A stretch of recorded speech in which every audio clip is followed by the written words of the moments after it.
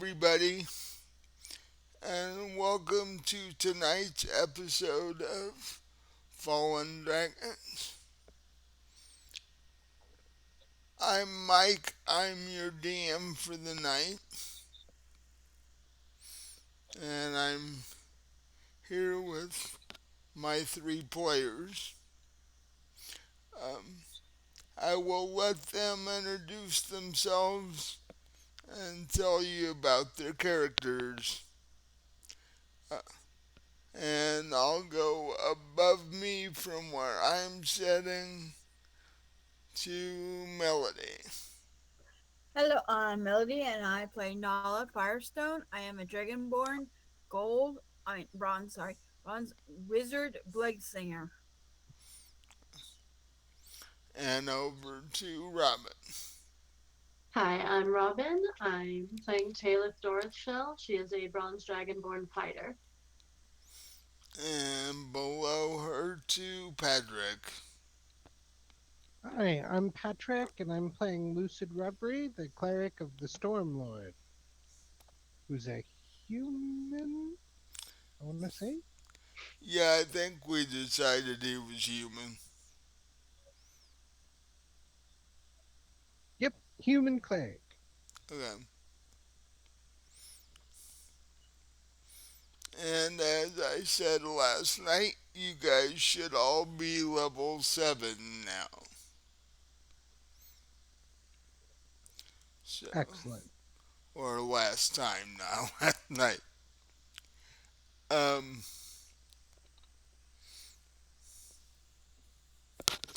so we left it last time with the four of you standing outside of the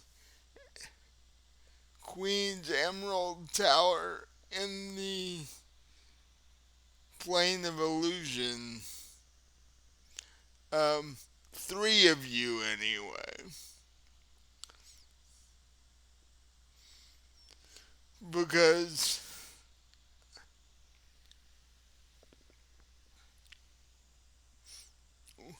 one of you stayed behind at the Cleric Hospital because you had a serious migraine headache. Something I don't know if Dragonborns actually get, but this one does. I knew she was fibbing. Um, you had just talked to the drow that by mental telepathy drew Connie here to begin with, and you had found out that he was about to be executed for crimes against the Queen. Um, in fact, he's about to be executed in the next 3 hours. He attempted to get you to try and save him.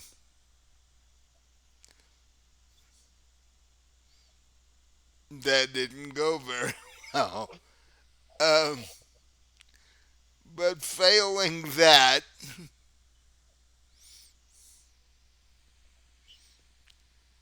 he decided to ask you to do a little favor for him, which was to take out the leather merchant in the town because he was actually the one behind all this. At least that's what the drow claims, anyway. And he said that if I'm going to die, I at least want you guys to go take him out too. So now the three of you are standing outside of the tower, and you now have two possible objectives, and you need to decide which one you want to do.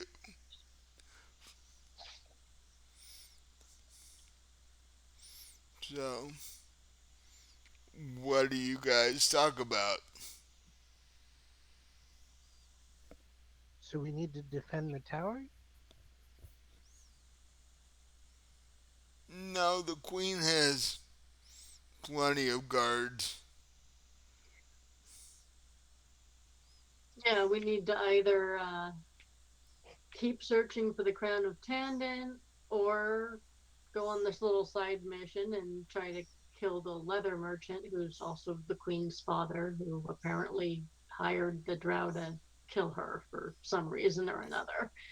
Drow never really told us why.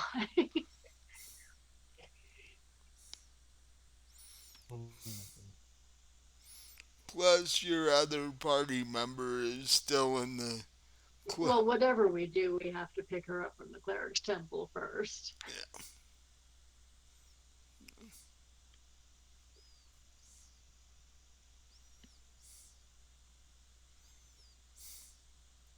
So I guess we should head in that direct back towards the cleric's temple to pick Nala up and fill her in on, what just happened, what we found out. So Yes, that sounds like a good idea. and Connie is just randomly, she's just blankly staring off in random directions. well, she just found out she's suddenly a paladin for, she doesn't know how that happened. She's just like, I'm a paladin for the Stormlord now. Okay. And she's So wearing while you were out, you made some hasty decisions. and she's Yeah. wearing armor that she doesn't really understand where it came where it Yeah. came from. So, so she's got a Yeah. lot. She's got a lot to figure out just now.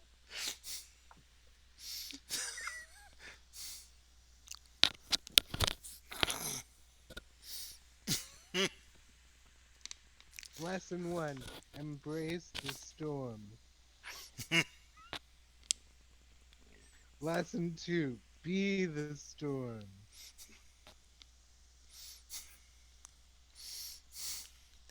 But you have to do it while wearing armor in various different yoga positions.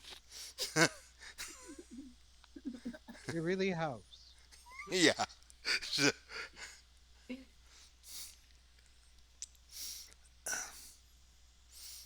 she is standing there just trying to figure everything out.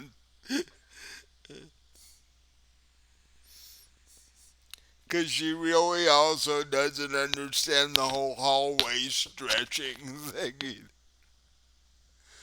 Um, Yeah, that was a trippy one for me too. Yeah. But just go with the flow.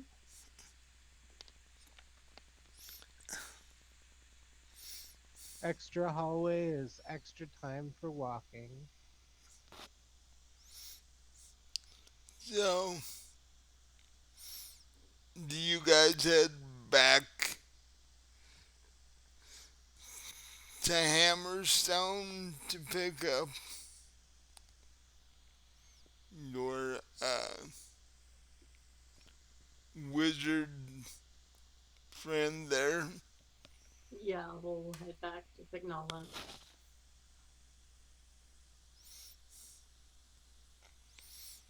So, now give me a constitution check to see if you are healthy enough to continue adventuring.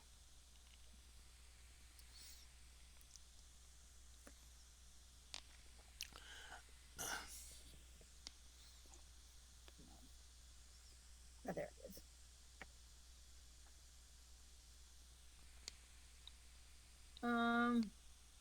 15.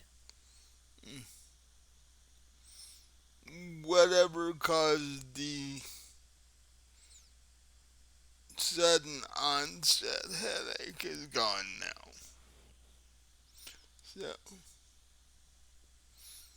the clerics in Hammerstone check you over and give you a potion, and you seem to be fine now. So when Lucid and Talith and Connie and Varn come to get you, you can, the head cleric on duty says you're fine to leave.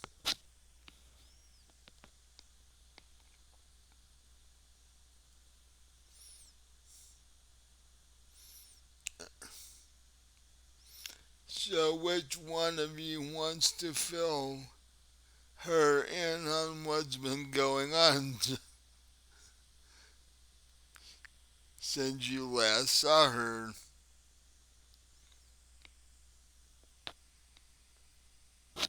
I guess both Lucid and I'll do that. We'll tell her We'll what the bring her drow back up to said. speed, tell her about the drow. I know, Did but he offer to pay you for this service? We turned him down, but I think he would have maybe paid us.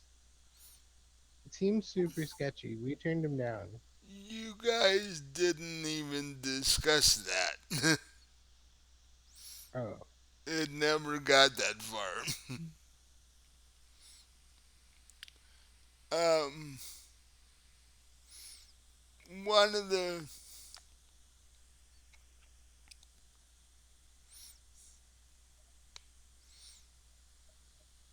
of the senior, the assistant clerics walks by and says, "You do know that she's been in here for 3 days, right?"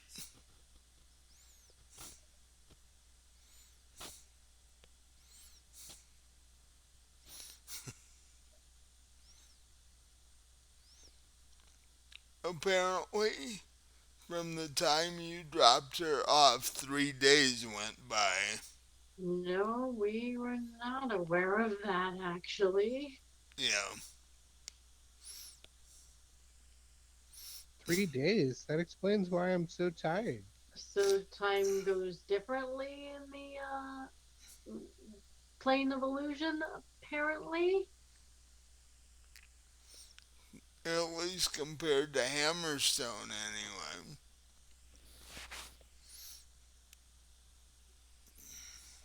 That's really going to make tenses confusing.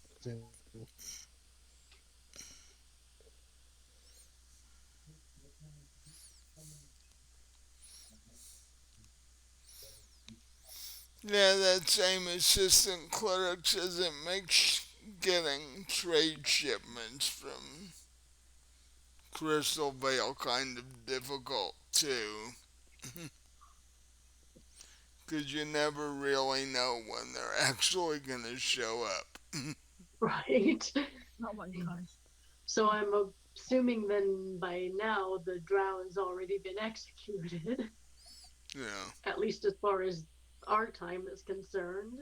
yeah, he's pretty much dead.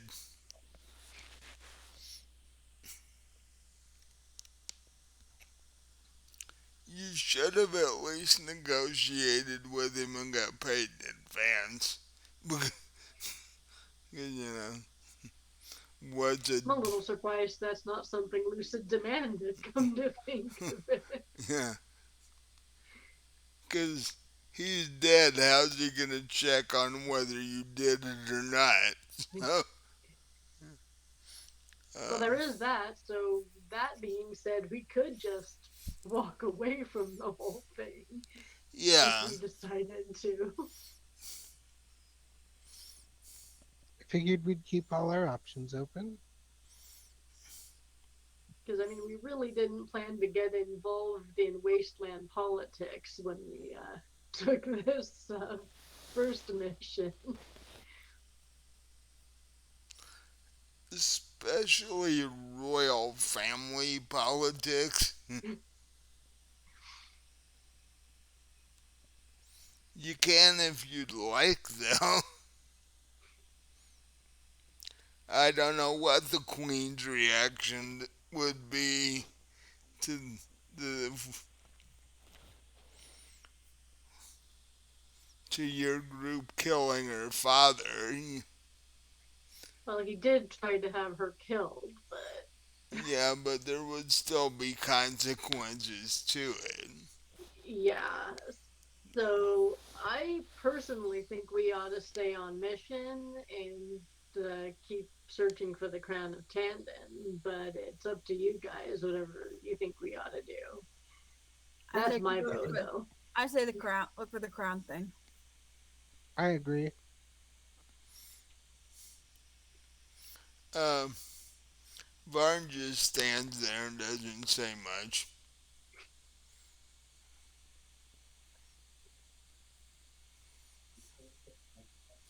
Connie looks down. Uh, What? the strong silent type. Um, yeah, that's pretty much, he's like, eh. He's like, I wish I had my blacksmith shop back. Right, he's probably wishing he'd never come with us at this Right. point. And Connie keeps looking down at the chainmail she's wearing.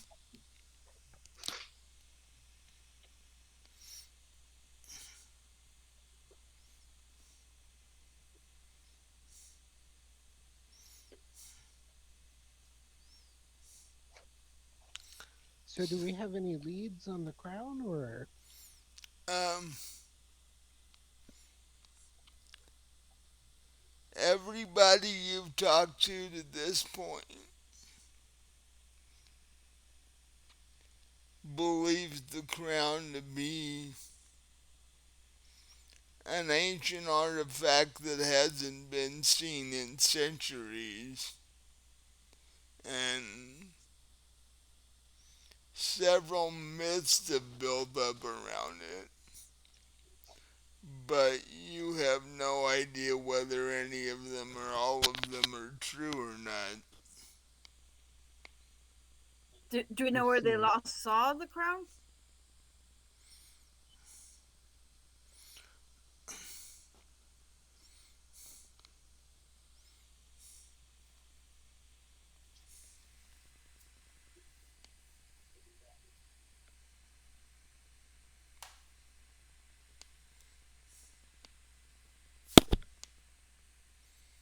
From what you've been able to gather, there's only one person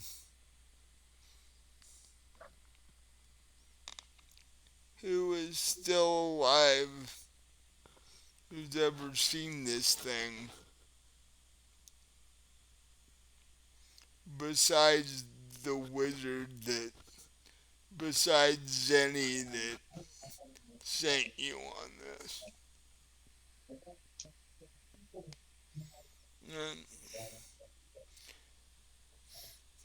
it's an old, it's an elderly lady who lives on the edge of the on the edge of the town.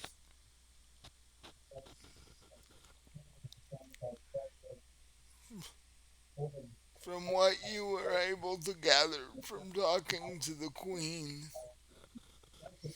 um, she is the oldest living person in the village or in the town. Um, not not liked by a whole lot of people. She sort of tends to stay by herself. Uh,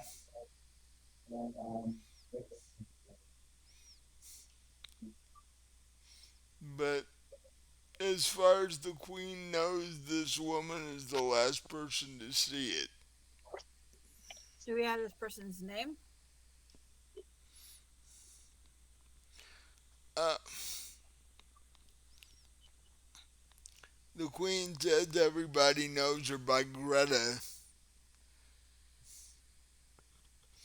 Um, she lives in a small stone house on the eastern edge of town. Well, we should go talk to her then, and if that doesn't pan out, then does Hammerstone have an administrative building where they have public records? We could see if we can find anything on the crown there. But we should definitely talk to the Greta first. Yes. So, um, by the time you collect Nala and get back, um,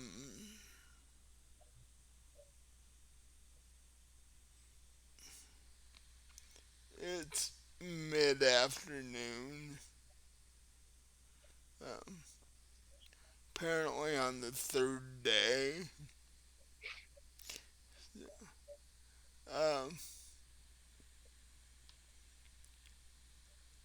so you get rough directions from one of the guards and you head off east toward the edge of the city.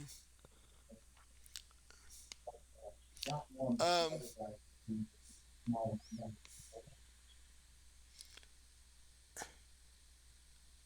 as you're walking on the roads, on the streets of the city that, like I said, are actually transparent, um, you look around, you see several spires of different colors, but everything in this town seems to be made of crystal. Even the trees are made of crystal. They look like trees, but they're made of crystal. Uh,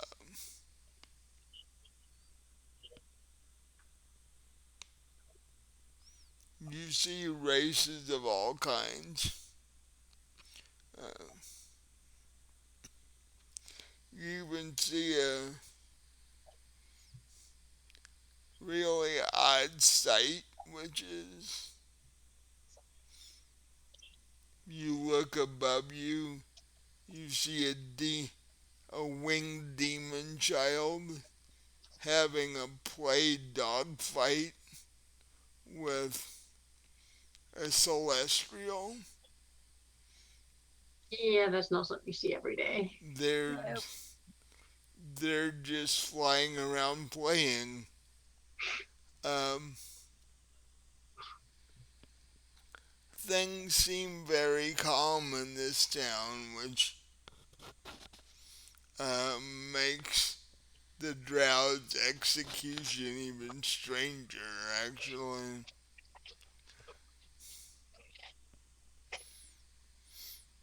But after a bit, you get to the eastern edge of town and you see the small crystal house that you were given directions to. Crystal houses, man. The latest. It's made out of what today would be called smoky quartz. It's sort of grayish black. Throwing rocks in this town must be hella illegal.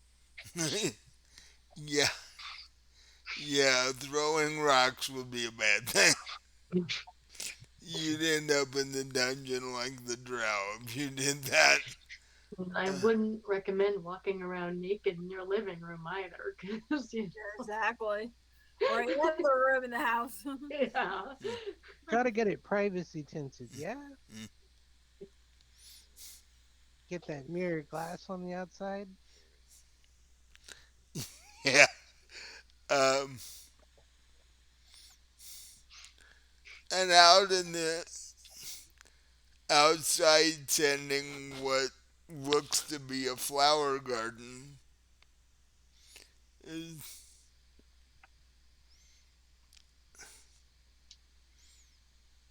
a small um, elderly woman about 4'9",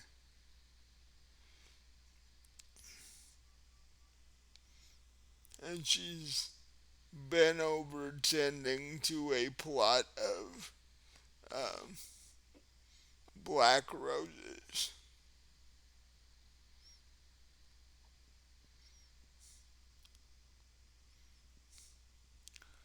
And you come up to the edge of her What was that, young lady? little plot there.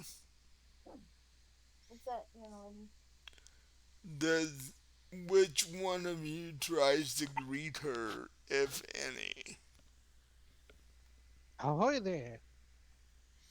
I guess I try and greet her. Yeah, I She was thinking it would probably be better for the human to you than one of the dragonborn. Yeah, exactly. Don't want to scare her.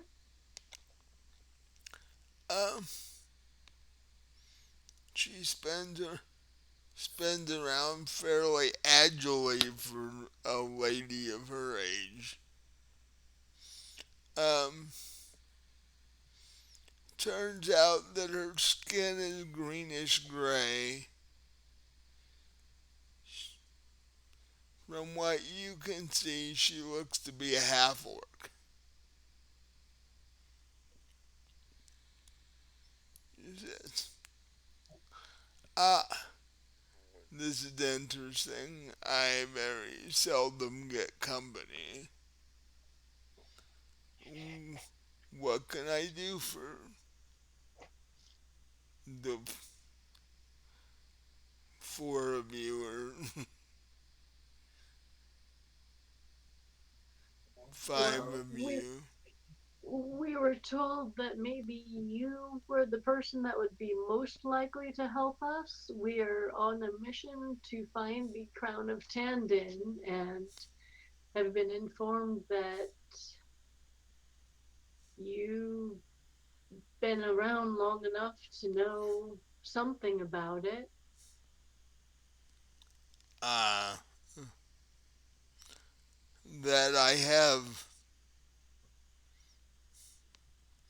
I do believe I was the last one to see it.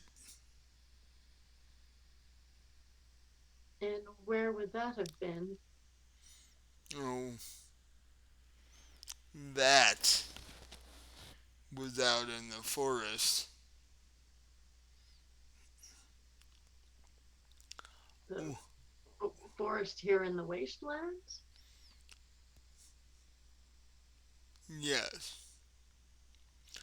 Not in the wastelands proper. The forest is a good half day's trip further east. Um, this was long before I moved to Crystal Vale. Uh,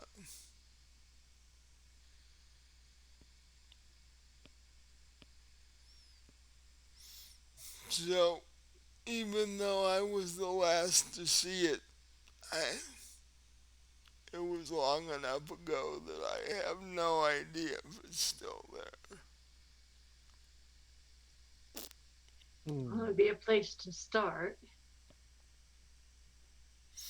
Um, And even if it's not there, maybe someone there will have information.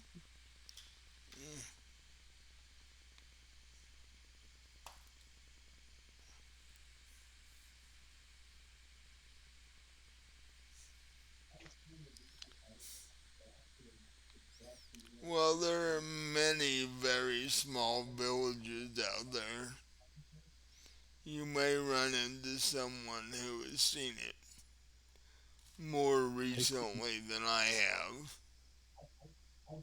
So we should scour the villages. Uh, can you maybe tell us what else we may run into in the forest? You know, danger wise, just so we have a heads up on that score. You can see her literally chuckle to the point where her small, small but muscular body almost shakes. There is any number of hideous and awful creature in the forest. Um, and people don't come and visit me because they think I'm hideous. I am nothing compared to what you can find out there.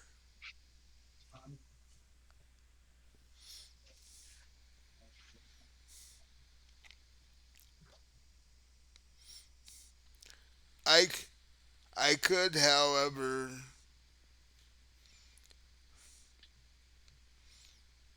use a scrying spell and see if I can at least give you a place to look.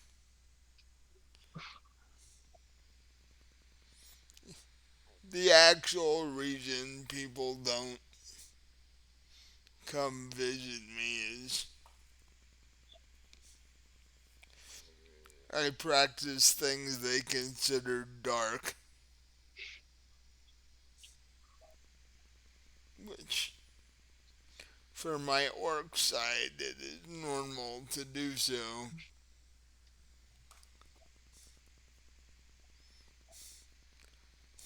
Hmm. So we're combing the desert for anyone that knows more about where the crown is. Then If we can't find the crown itself there, yes. Well, the, she says the forest I speak of is within this realm. It's not like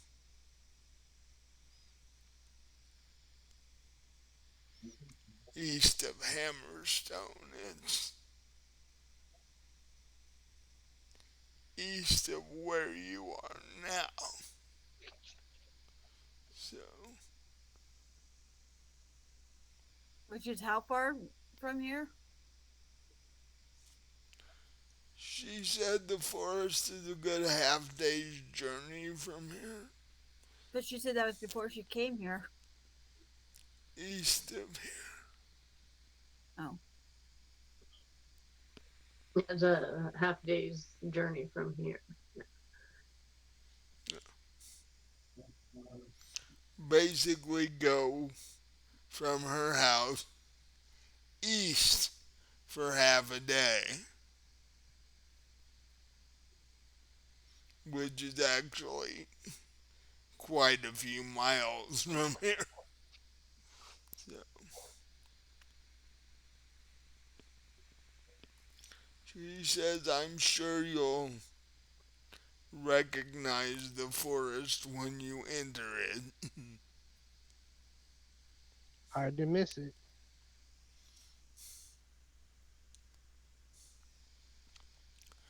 um,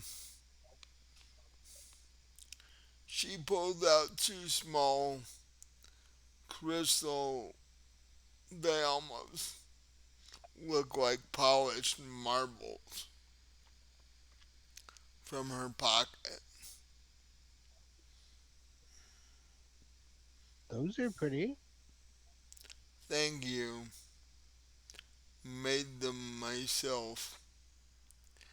Um,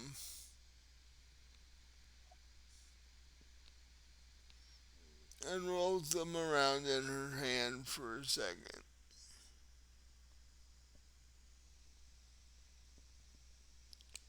and drops them on a stone near the garden she'd been working on.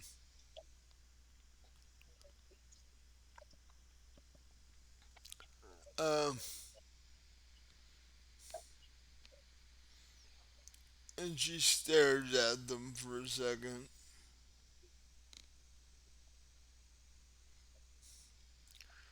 One turns cloudy and the other turns clear.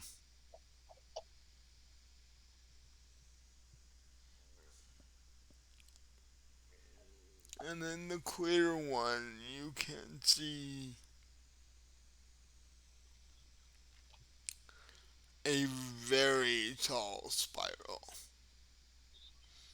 taller than the Queen's Tower.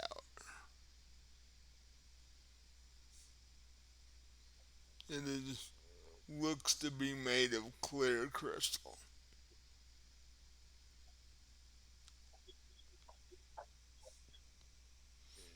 And There's in, another tower? and in the center of that tower, sitting on a pedestal, is the object you're looking for.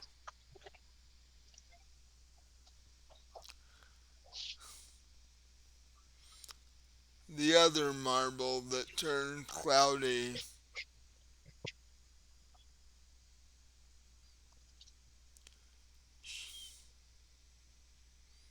shows pictures of a field basically drenched in blood.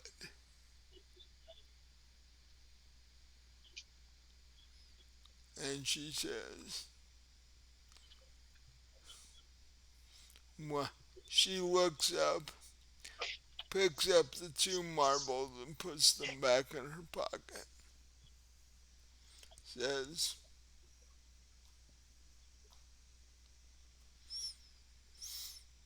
I know where the object you're seeking is, but it is not going to be easy to get to.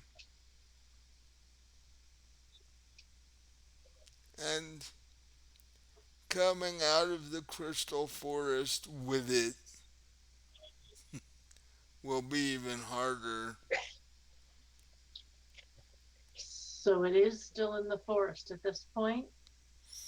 There there are many people looking for this thing, and there are many people. Who will be disappointed when we find it?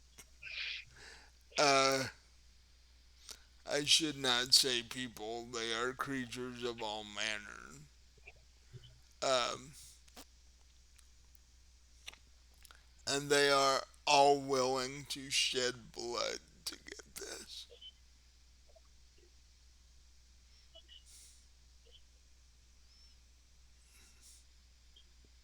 So I would beware and I would be very careful and I would not trust anyone from here So on. just another, no, just another day in an adventurer's life. Then is basically what you're saying. You could put it that way. For many people who have tried to take this out of the tower over the centuries, it has been their last day. So,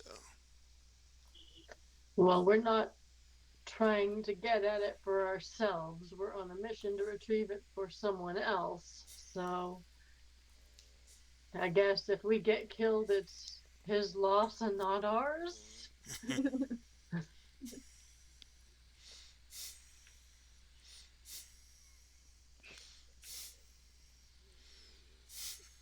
We have nothing to lose. Quickly.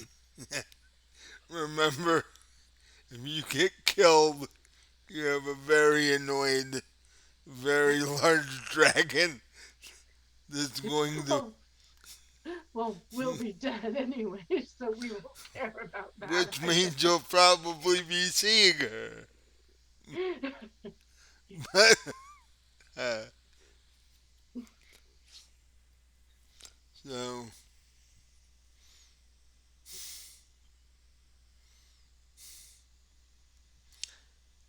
she turns and goes back to tending her roses and says, if you are determined to find this thing, I believe I have given you all the help I can give you. You have been very helpful, thank you.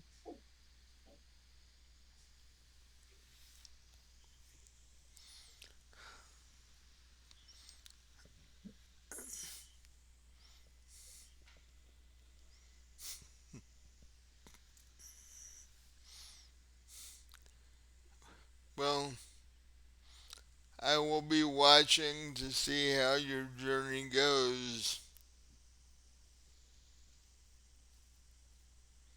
And with that, she says goodbye and starts to.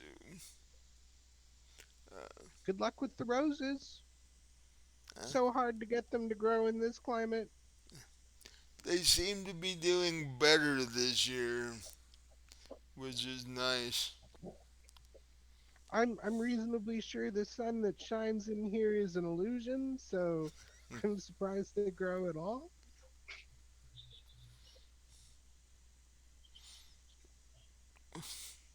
She says everything here is an illusion. Oh, is that the secret that we're gonna learn when we finally get out of this?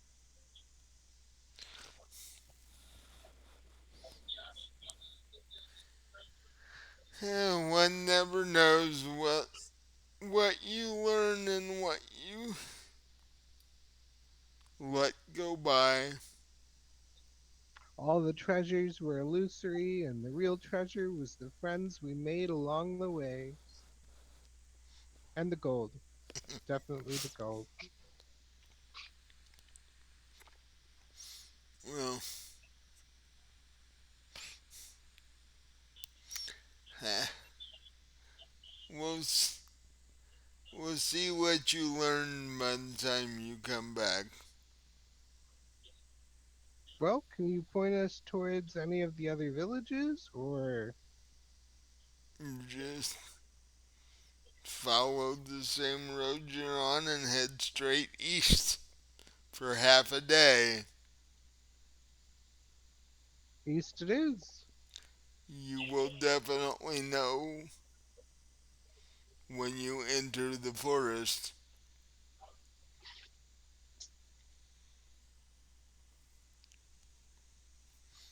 The forest?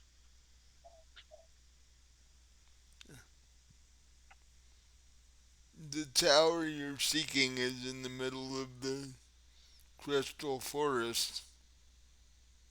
Oh, I see. Are all the trees petrified crystal, or They're, Petrified crystal. they're similar to the one you're standing under. this is a tree? It looks exactly like a tree, only I it's thought that looked like a tree. only it's crystal and makeup. Oh, be careful in the fall when the leaves start falling off that thing. No kidding. She says that's when I make my most money as a healer. People aren't bright enough to watch for falling, sharp leaves and shit.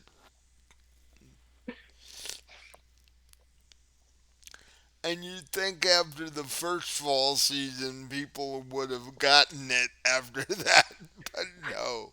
Well, yeah, I get cut on the forehead a few times by falling leaves. You think you'd be very careful to avoid that happening.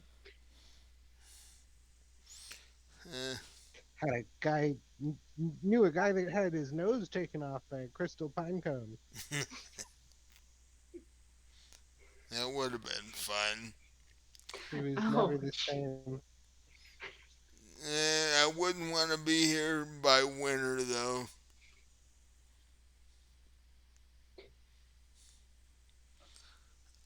Our snowstorms are basically hailstorms all the time. So, really not safe to be here unless you have to be. Yeah, well, the crazy guy we talked to at the end before we came out here, who has been through the wastelands, all he said was something about bad weather, so he must have experienced something like that. Well, he said something about bad weather and then something about lots of teeth, but not sure I want to know what that part was Well, referring to. well, you guys have already experienced some of the winds off the wasteland, so on your way here. So, Right, but crystal hail sounds even worse. Yeah, I'll pass. staying inside is a good thing.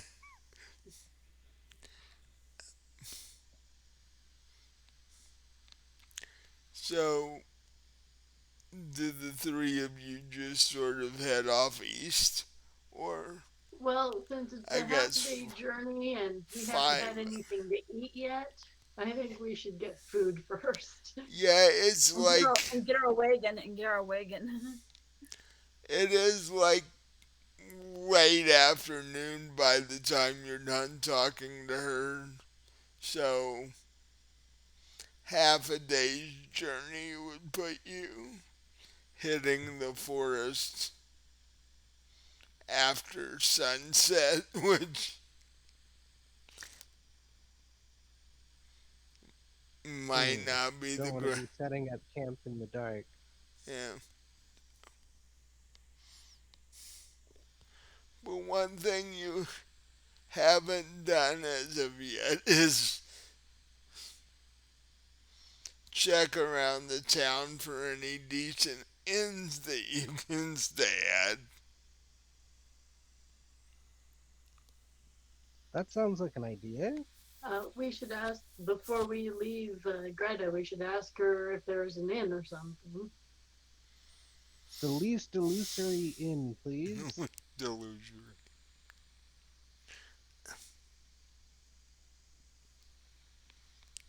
She says, "Oh, there are a couple of them. They do tend to move around a bit. Um,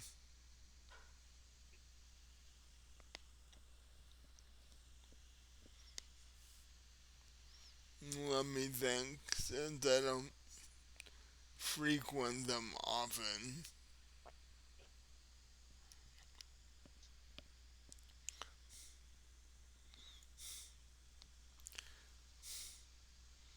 The, there's the Blighted Shard, but that's sort of a rough place. Now, We're some rough people. yeah, but your assassins and thieves and that type tend to hang around there.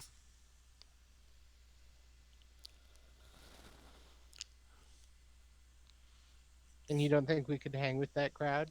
You don't think we could cut it with the two dragonborns? Three dragonborns.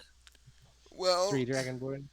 it depends on if you want to put yourself in a situation where combat is likely or you want to find a place that's nice and relaxing where you can have a good meal and a night's rest before you head into the forest.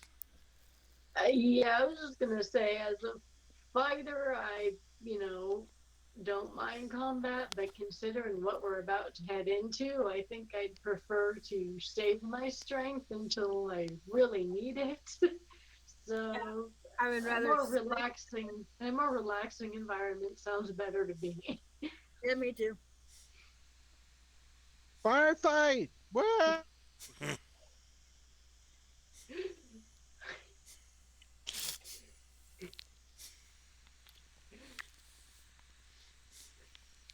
Well, he is a cleric of the Stormlord. Chaos All is right, chaos is one of his favorite things.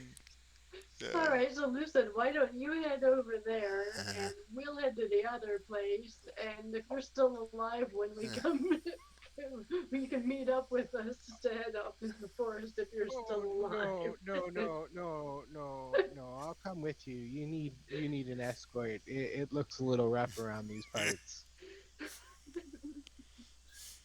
More like you need to escort, but yeah. Yeah, you need a babysitter more like. the uh, No comment.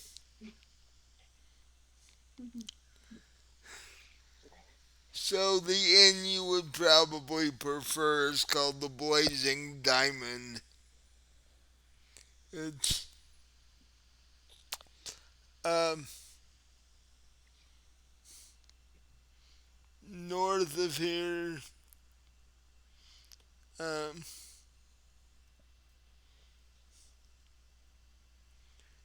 last time I knew the location, it was um, next to the shopping district. I don't know if it's moved since then. It'll be nice to be Sucks back to on have a it. nice to be back on a plane where the buildings don't move around on their own. Exactly. Yeah, it does present some interesting navigational concerns. Like, how do you ask for directions? You just sort of wait till the building moves and you're there anyway. Uh,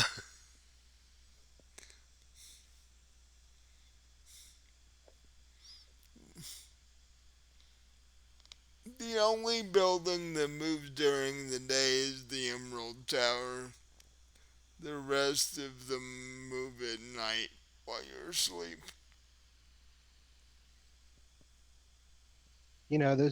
Those buildings got business. They got things to do. Well, there's rap, rampant speculation that the buildings talk to each other. Um, Yeah, they got places to be and buildings to see. it's like, so we have people inside. Big deal. We have other things to do. Yeah. Um. So yeah, you'd probably much more enjoy the Blazing Diamond. The Blazing Diamond it is. We'll head over there. Has anyone seen the Blazing Diamond? Um. As you're heading back toward its last known location at the shopping district, you can ask like a passing guard or whatever. So, um, all of you give me investigation checks to see if you can figure out where your current 16. destination went. 16. 8. 19. And Patrick, you said 8. Yeah. Um, Talith and Nala are able to track down a guard,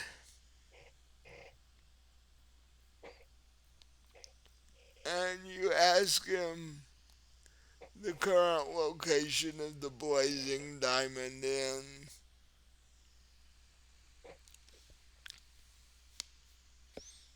And he's like, yeah, it was over by the shopping district for a while.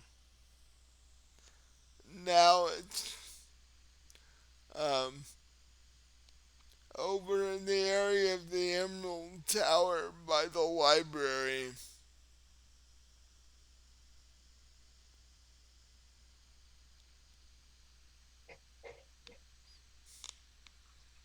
So I'll head over in that direction, yes. He's like, if you want Marching right along.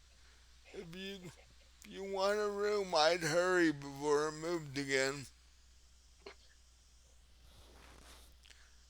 I make a show of running for it.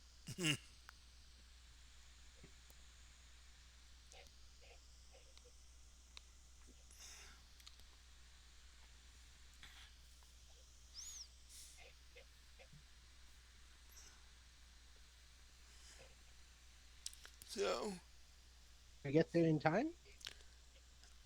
I'm about to find out. Uh-oh.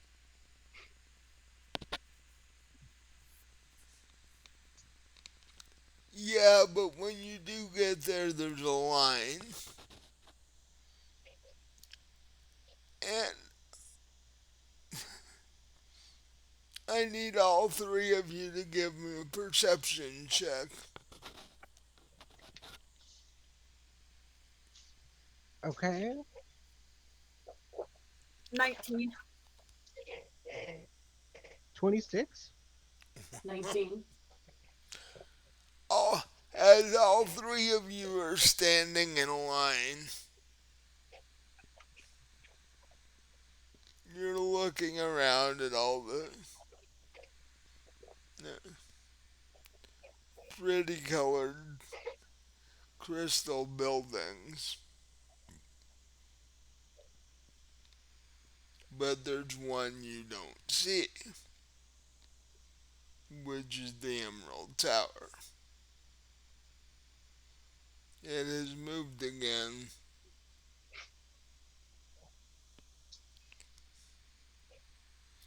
Um,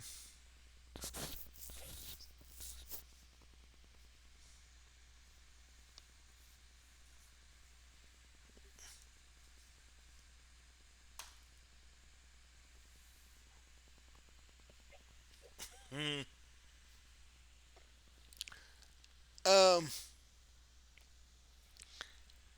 and as you're standing in a line, you start to feel something sharp. Oh, that's sharp. It feels like little sharp things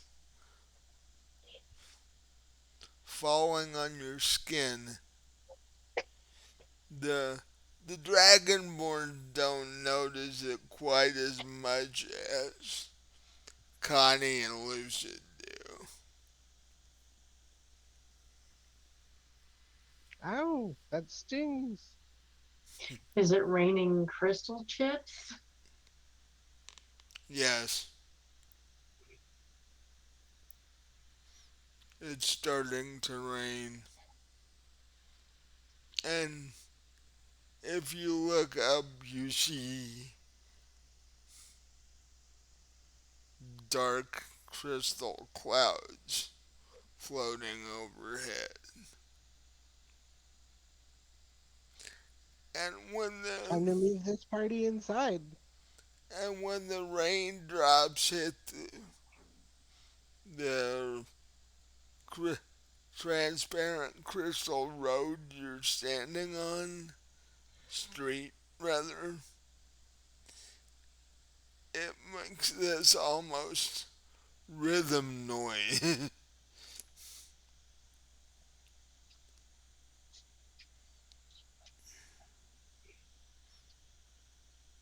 And the people in the line in front of me try to squeeze themselves in the door to get out of this.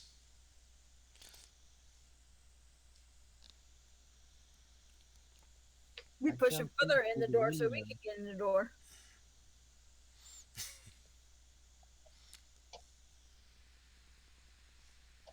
Does the window have a glass pane in it? Or is it just an open window?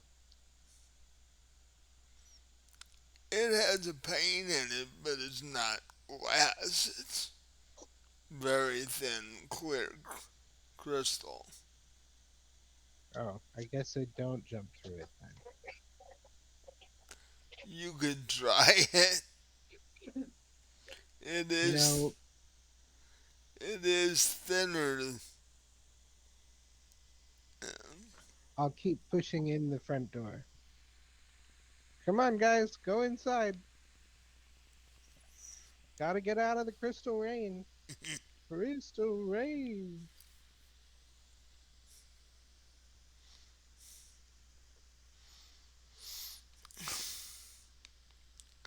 Um, I'll make one for Connie, but I need Lucid to make a Constitution check.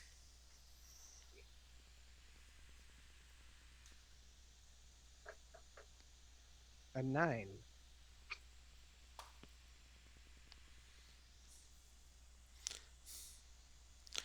You look down on your arms and you you start to see little streams of blood running down your arms. Well, I still good. And then I jump through the window. So you're actually going to attempt to do this. I'm dying in crystal rain. So give me an athletics roll. 19. You actually bust through the crystal window and you're standing in, Sorry, I was dying. and you're standing inside the inn now. Uh, Here, I'll pay for that. the owner of the inn, when you guys finally get through the line and meet Lucid and walk up to the desk, the owner's like, "Yeah, you are gonna pay for that." Um, Oh, I'm sorry. She'll pay for that. said, we've got to get some kind of cover outside, but Yeah, just send the bill to my benefactor and liege lord. and who would that be? Uh, Tiamat. Have fun with that. Yeah, no. We're going to add that to your bill before you leave. Don't make me summon Tiamat. I don't think she'd be real pleased to be summoned.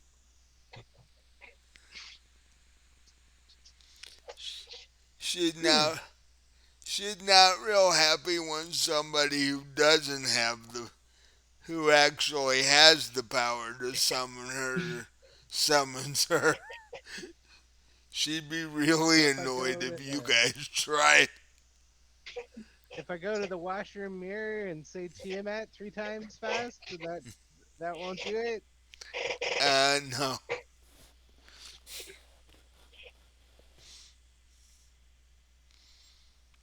That's Bark. that's the unfortunate part. Um,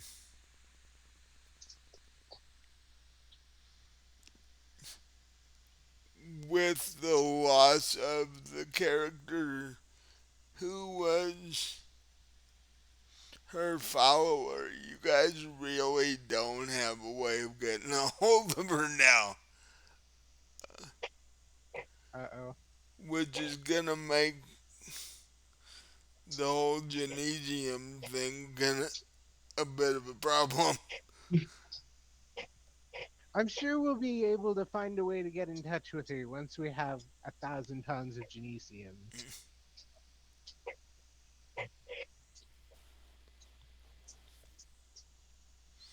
You can always try and find a wizard to do it. She doesn't have email. Email. Claws are a little big to do the keyboard thing.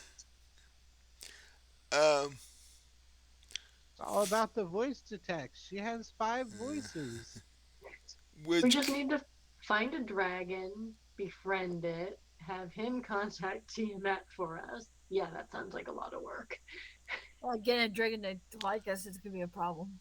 Oh, Yeah. I have the sending spell thing. I can just totally send her an up to 10 word message. That should be enough to convey whatever we need. she's telepathic enough that you could probably manage that. But also, Zenny, who's making the box, who you're getting this for, is a high enough wizard that he could probably attempt to summon her. What the consequences of that would be, nobody knows, but he could Come on, buddy. Summon Tiamat. It's for this job where we got her a bunch of drugs. Yeah, that sounds legit. so,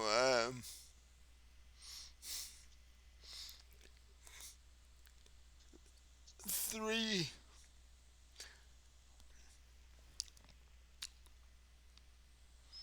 three orcs in actual, they look like maintenance uniforms, uh,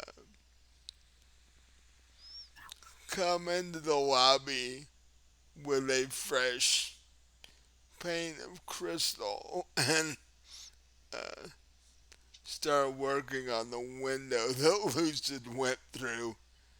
Um, the five of you walk up to the counter, and after you have the conversation about paying for replacing the window,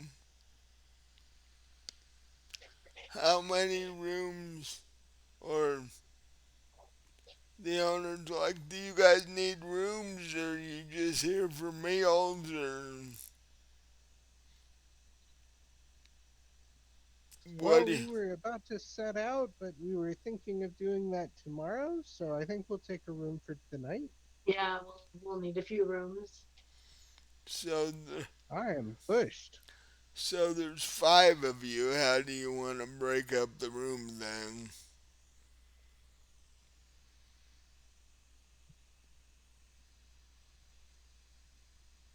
Well, Nala, do you want to share a room with me?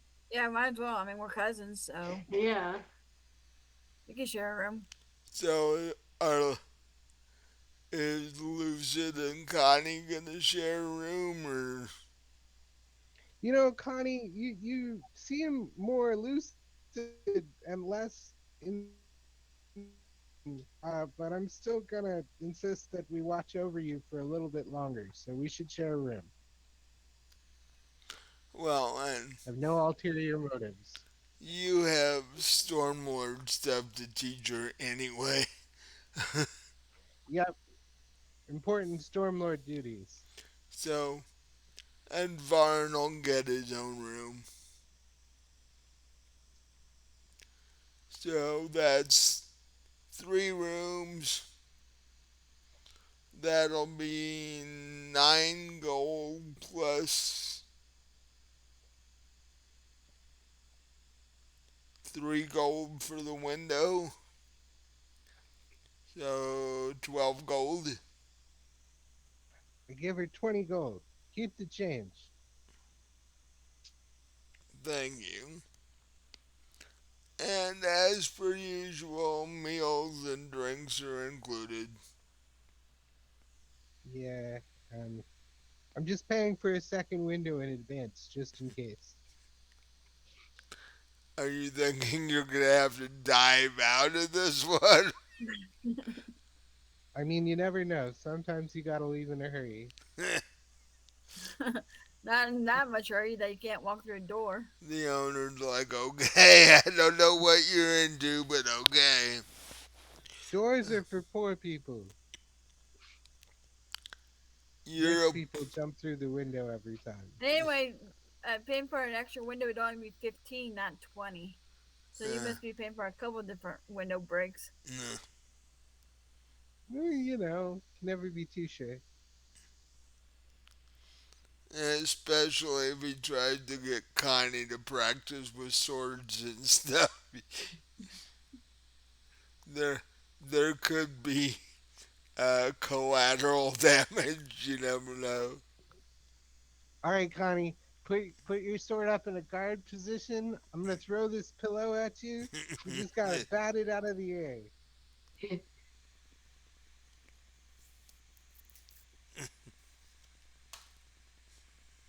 Feather pillows are the best for this because they explode. Yeah.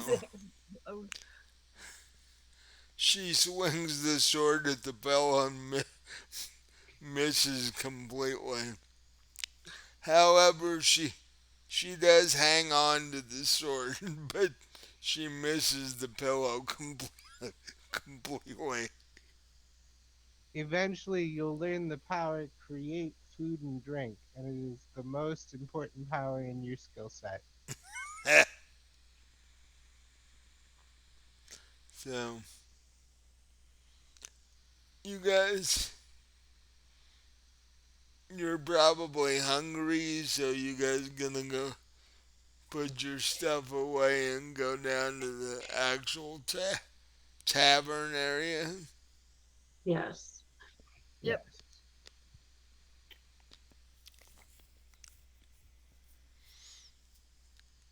So you guys have a barbecue sampler plate, right? The waitress is like, well, we'll have to check the menu on that. Um, Hmm.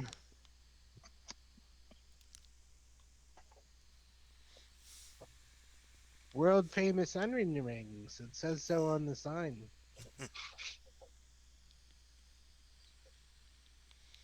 You even got a combo for $3.99?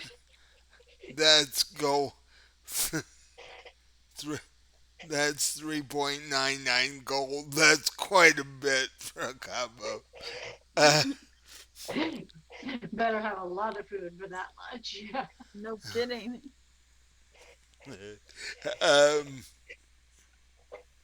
Why is there an upcharge for making it a chocolate shake? That seems like overkill. Because it's crystal chocolate, it's expensive. Why is everything crystal? Because Not supposed to eat crystal. cause you're in Crystal Vale, everything is crystal. Okay. The food shouldn't be crystal. In Crystal Vale, there's even edible crystal. Edible Sorry, the crystal. only thing Okay. on the the only thing on the menu that you can eat is rock candy. Well, think about it. Salt and sugar are both crystals. So, I guess it's not that much of a stretch. no, not really. Although the crystal hamburger is a bit of a problem. I can see where you might run into some issues. Yeah.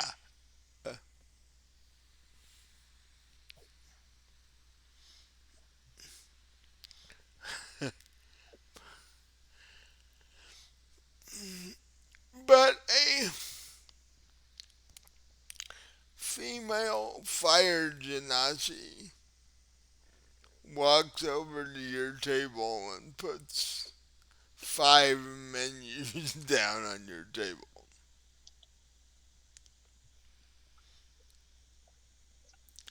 Says, "Hello, I'm Bree. I'll be your waitress for the evening.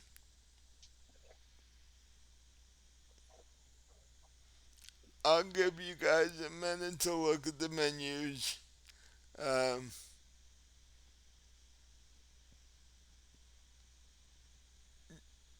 do you guys know what you might want to drink?" Well, what did you have that's not crystal?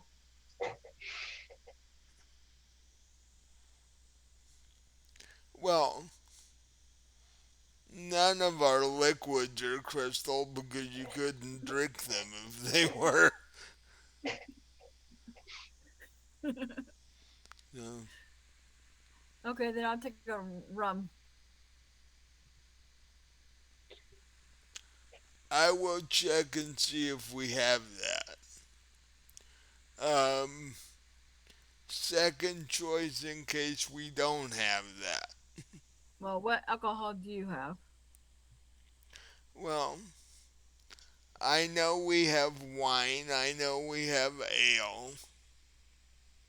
Uh,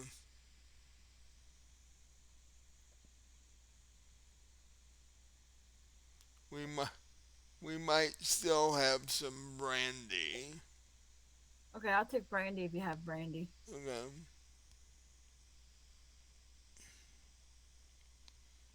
Uh, Varn goes for ale. Connie goes for cider. And then what Elucid and Talith want. Well, I'll if you also go for cider. Mhm. And if you do have rum, I'll have that, and if you don't, I'll have ale. So she writes them all down and says, "I'll be right back with those."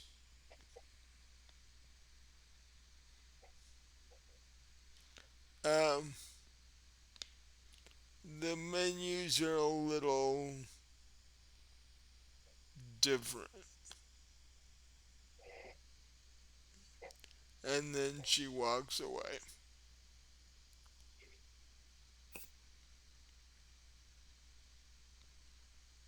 So, what do we see on the menu? Nothing at all. The, That is different. you open the menus and they're completely blank. Except for one word. Except for one sentence.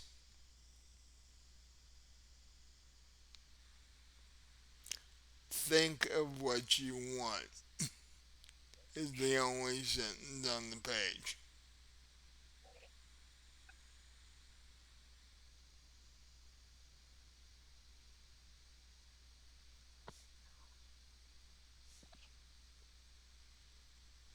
Think of what you want right now to check into an inn. Well, no. It me. What it means is think of what you want for food. Oh, It's it's a menu.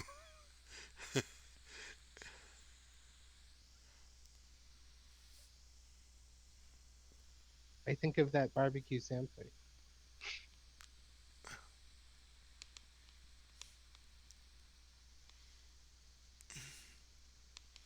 And oddly enough, it appears in front of you.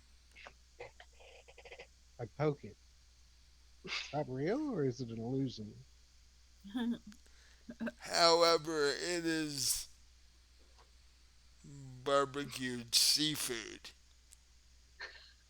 I I was gonna cannot say get it's behind barbecue crystal. like illusionary. barbecued lobster, barbecued octopus. I think of a steak from a cow. barbecued mermaid steak. Well, that Actually, looks delicious, and I start eating it. above game, barbecued octopus sounds delicious. Yeah.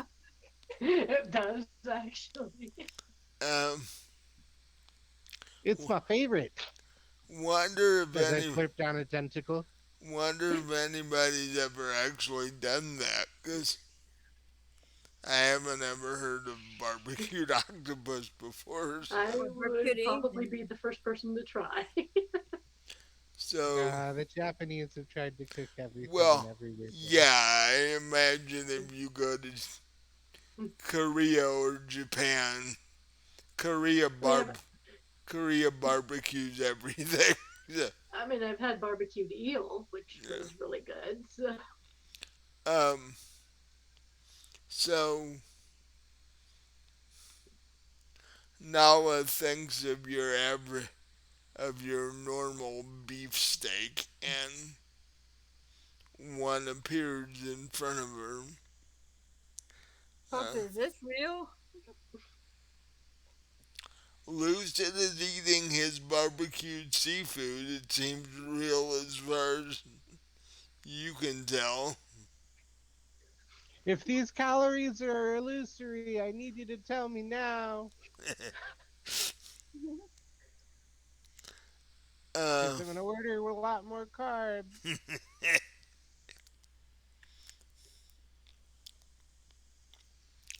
um, Va- Varn just sort of looks around like, what the hell is going on? Uh,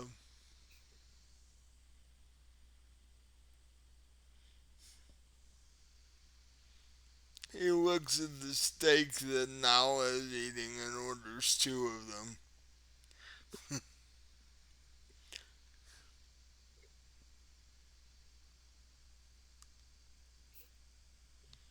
Connie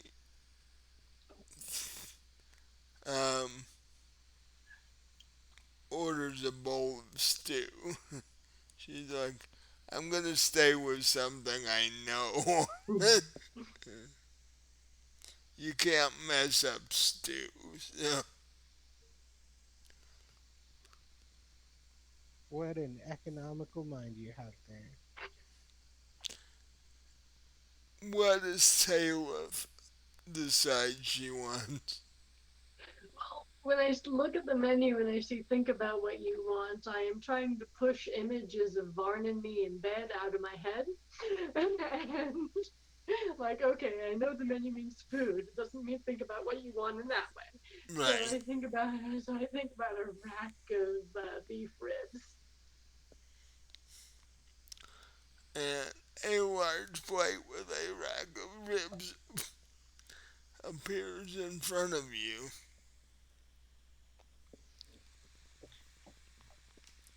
And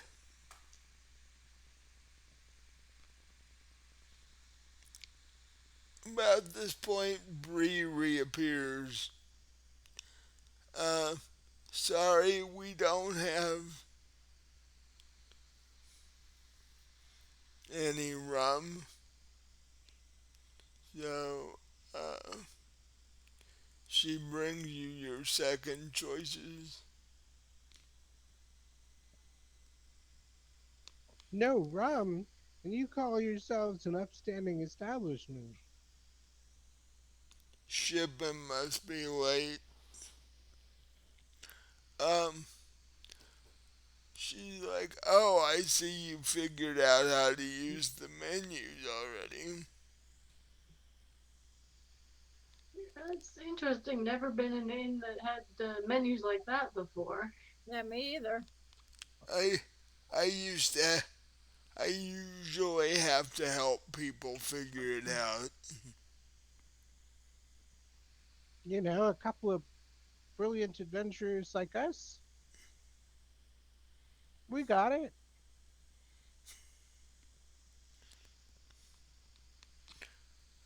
She said, just call if you need anything else. Need you to carry me up to my room after a feast like this.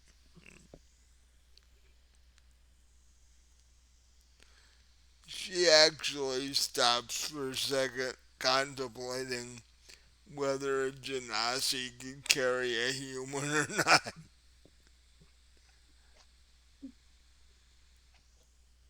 Use a wheelbarrow. Use a wheelbarrow. Upstairs? Yeah. That'd be a little bouncy. That'd be hurting a lot.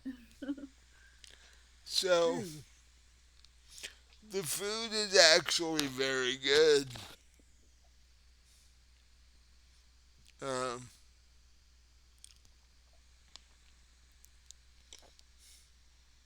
although the barbecue sauce they used on the barbecued seafood is a bit on the spicy side. Spicy. Good. So, Bring the heat. if you like actual uh, hot barbecue sauce, you would like that then. Well, I do. So I deliciously slurp it down. Good to the last drop. By the time you guys are done, Lucid has eaten an entire plate of barbecued seafood. Um,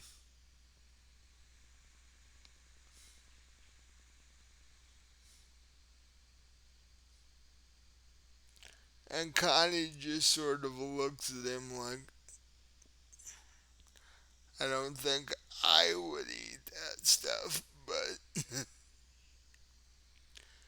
I think of chocolate cake as yeah. dessert. Yeah, if you want dessert, all you have to do is think of what dessert you Yep, want. I think of chocolate cake and ice cream, vanilla ice cream. And the plate with your steak on it, if you're done with it, disappears. Oh, I was done with it.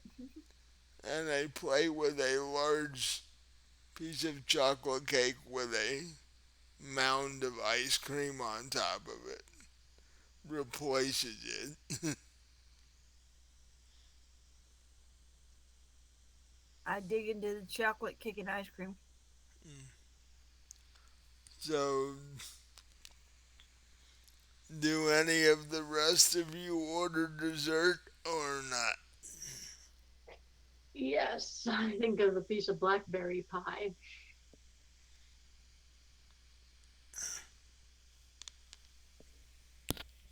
And as soon as you think of it, it appears on a plate in front of you. Does Lucid want dessert? No, I'm pulled up on He's barbecue. human. He's full. He's human. Plus, I don't know how well dessert would go with spicy hot barbecue sauce either. Well, ice cream might cool the mouth off and the throat off. Um, so you guys have a leisurely rest of your dinner, and when you're done, you take your various room keys and start heading upstairs. Um, well, yeah, Varn goes over to the room he got by himself. Connie is trailing behind Lucid,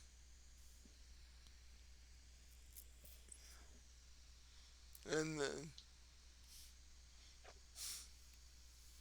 two Dragonborns head for their room.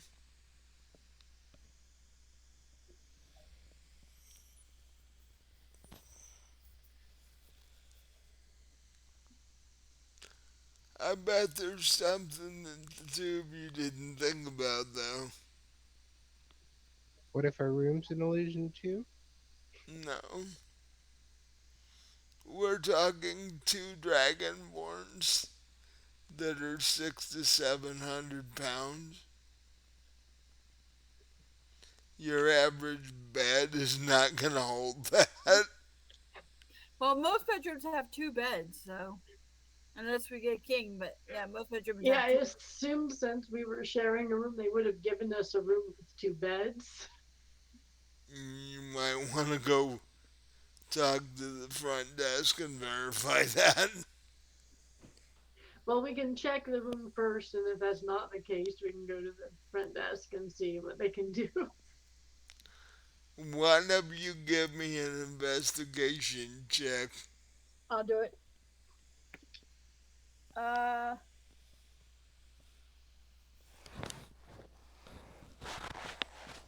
23.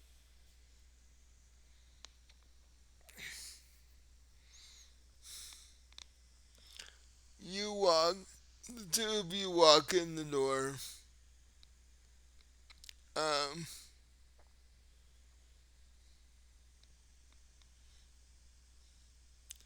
there is only one uh, large bed in the center of the room. I, we need to go talk to them. We need to go talk to them. Only one bed. Okay. What are you yelling at? So I'll go down and ask if they have a room with a couple of beds. Okay. Um, let's see, how do I want to do this? You might want to say you don't want two of us sleeping in that bed unless you want a broken bed. The, the lady behind the counter is like, yeah, I didn't think about that.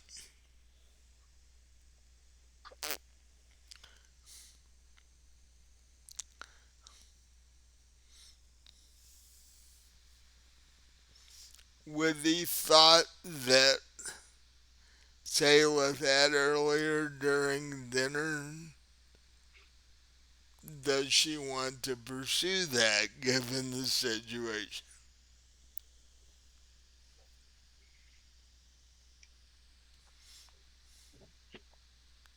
Eventually.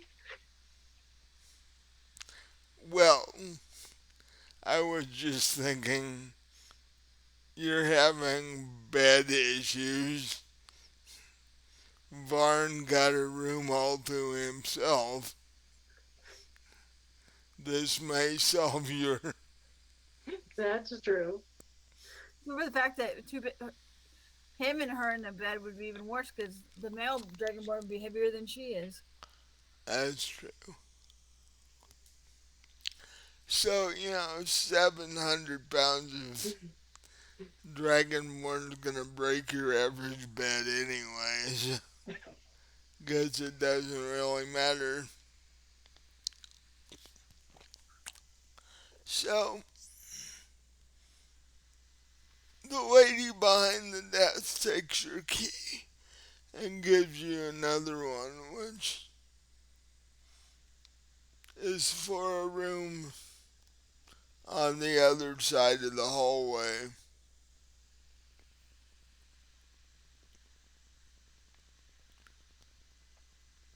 She says this one has two queen size beds in it. It should work.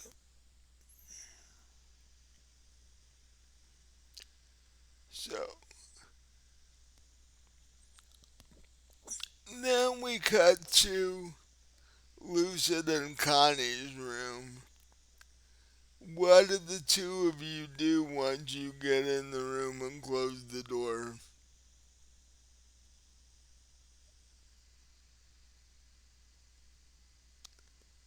Patrick? After we get into the room and close the door, did we only have one bed too, or did we also have two beds? Um,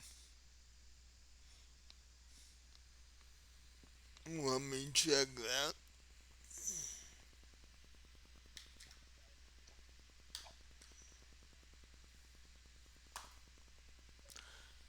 Your room has two beds, but they are smaller. That's fine. I take the smaller bed. So, Well, at least we don't have that problem. so what did the two of you do once you ret- Uh, we stow our gear away, and I start teaching her how to meditate on the principles of the Storm Lord.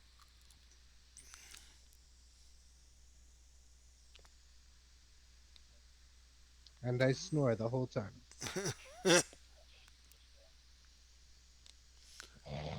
she, she's slowly starting to pick it up, but she's still somewhat confused by the whole thing.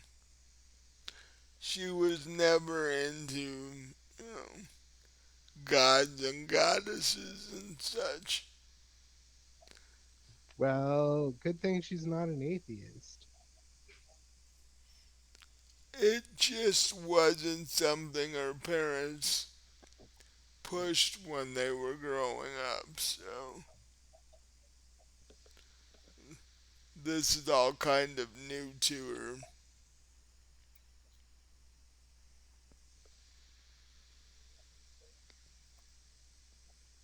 No one wakes up that day and thinks, I want to join the Storm Lord. It's circumstances that bring you to her worship. Your circumstances were more odd than others, but they've been worse.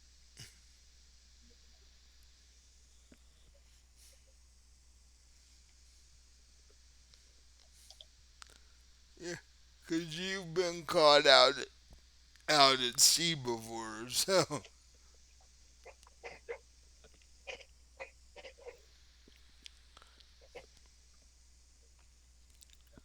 Do you want to take a break? It's 8:32.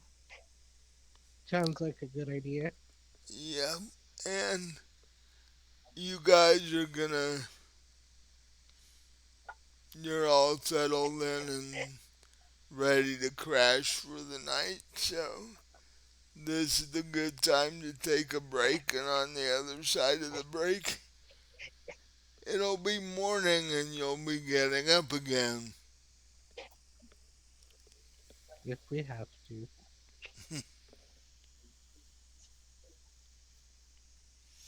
Lucid is wondering if they have uh, more barbecued seafood for breakfast.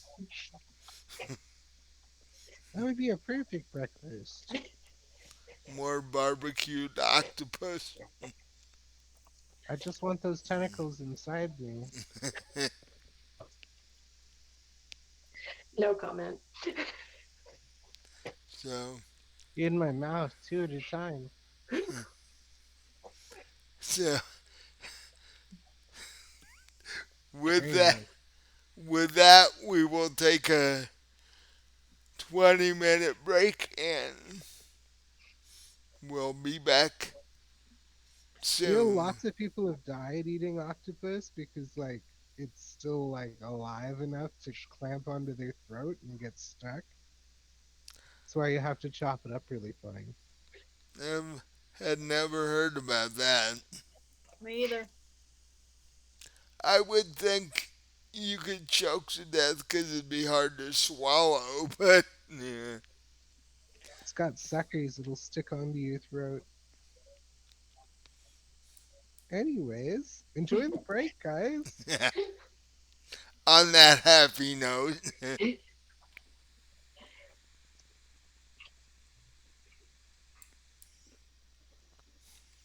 I could be ready. hello and welcome back to tonight's episode of Fallen Dragons. Before the break, everybody had turned in to their rooms and the blazing diamond, and after eating way too much,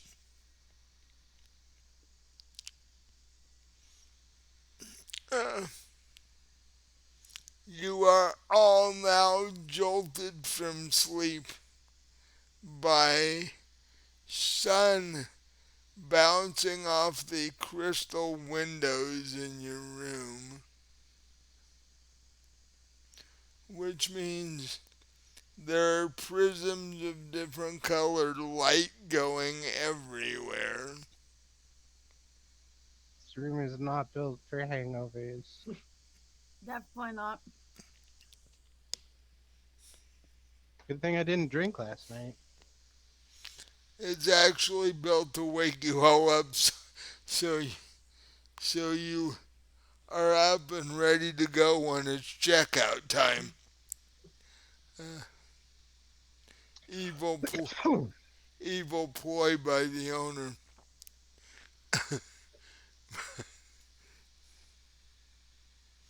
Um, Remind so, me next time to put blankets up over the windows. still once you're all grudgingly awake, what do you do? I guess we should go down for breakfast before we head off. Yeah, and then slash the head off the person who built this thing. So I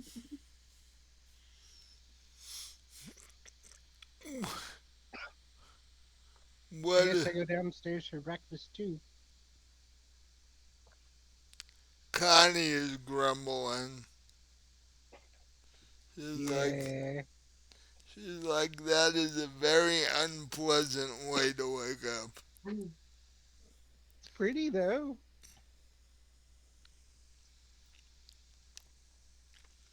And when you guys open the door, you see Varn standing there.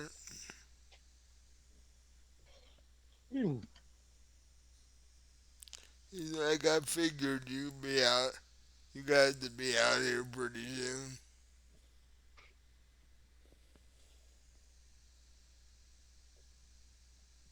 you sure seem chipper for being woken up all of a sudden. Oh, I get. Uh, He's like, I get up earlier than this. I'm usually up before the sun's up.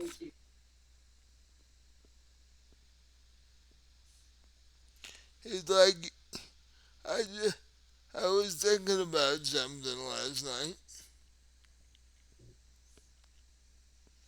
You oh yeah? notice, you notice, except for the guards, you haven't seen anybody with any weapons in this place. Oh, I hadn't thought about it. No adventurers in these parts.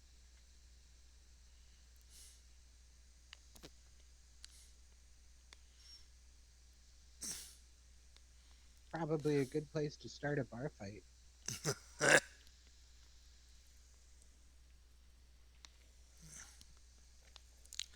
Yeah, but you usually see somebody walking around with a sword on their belt or something.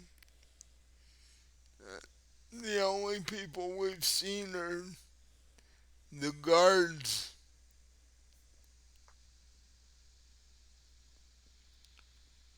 and us, of course.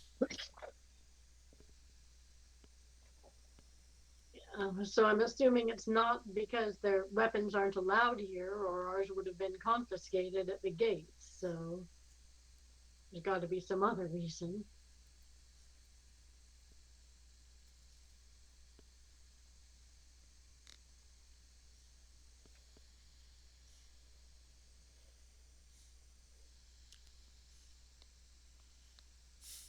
Hmm. And he joined you as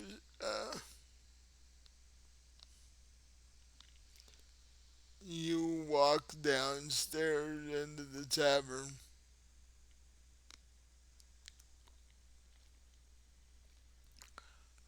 breakfast rush seems to have already started. Is it a buffet? No, Oh, I guess. as long as they're pancakes. Actually, I guess if it works the same way dinner did, you could like imagine a buffet, and then I imagine a buffet. you could imagine a buffet with a personal one with just everything you would like to eat in it.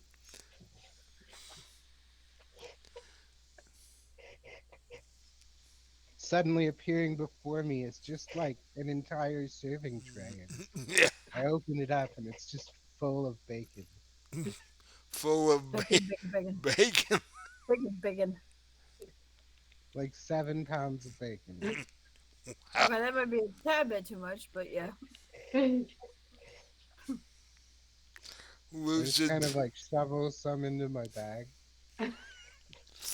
loosen save it, this for the road. loosen it is a bacon fantasy.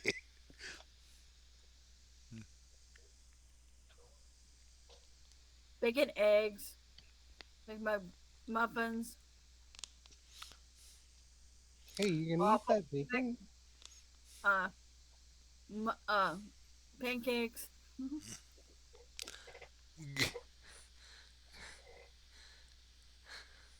Here's one for Lucian.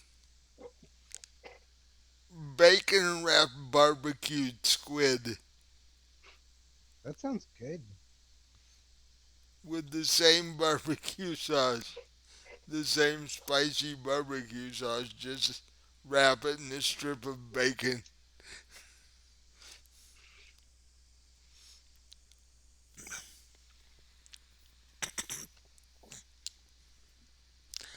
That'd be interesting appetizers for a party, but it'd also be really expensive. You can get squid on the cheap. Can you? I don't eat seafood, so you see the seafood departments in the stores, and they're really expensive, and they usually don't have squid. So, Yeah, I imagine you don't have a full selection of seafood out there. nope. It's kind of warm and dry for squid here. Not conducive environment for squid to grow. They We really, just have to find those elusive desert squid. They've got to be around somewhere. Lucid Yeah, you desert. gotta find the sand squid. those are Yeah. the desert squid are poison though. You don't want to go anywhere near those. Is there such a thing? No. I was gonna say.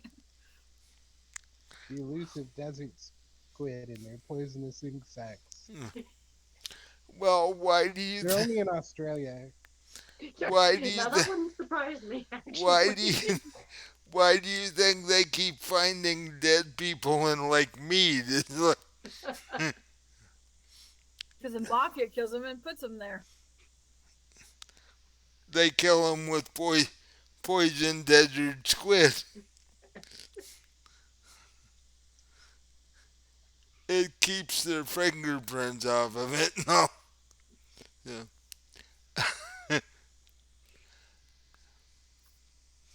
So, you guys basically have the breakfast that you imagine you wanted. Um, Breakfast of champions. Ice cream and bacon. there is bacon flavored ice cream. There is. Yeah, There is. There's ice cream flavored bacon. wouldn't that be the same thing? Wouldn't it be hard to hold on to? Yeah, it's a little bit slimy. Yeah. Um,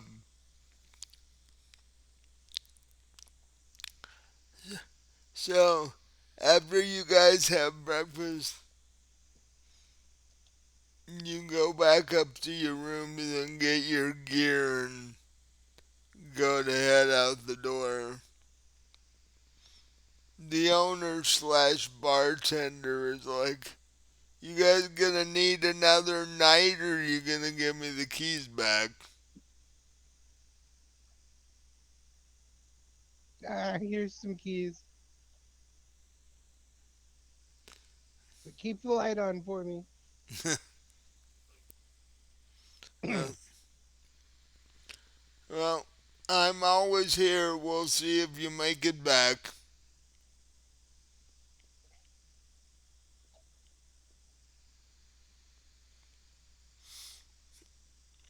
And the five of you walk out the door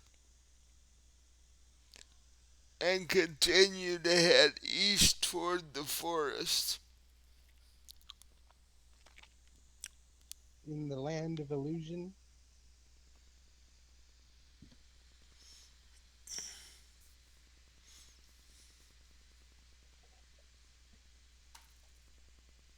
So we're out on the trail on our wagon, moving right along.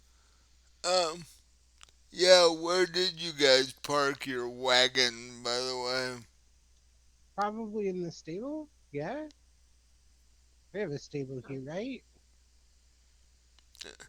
So you would have to go from the inn to the stable to get your wagon and your horses. Well, hopefully they're close together. Unless they moved in the night last night. Nope, they're still where you put them. Um, Okay. your horses have been fed and watered and brushed, and I greet my horse and I give it a sugar cube and I'm like, oh, you're a good horse.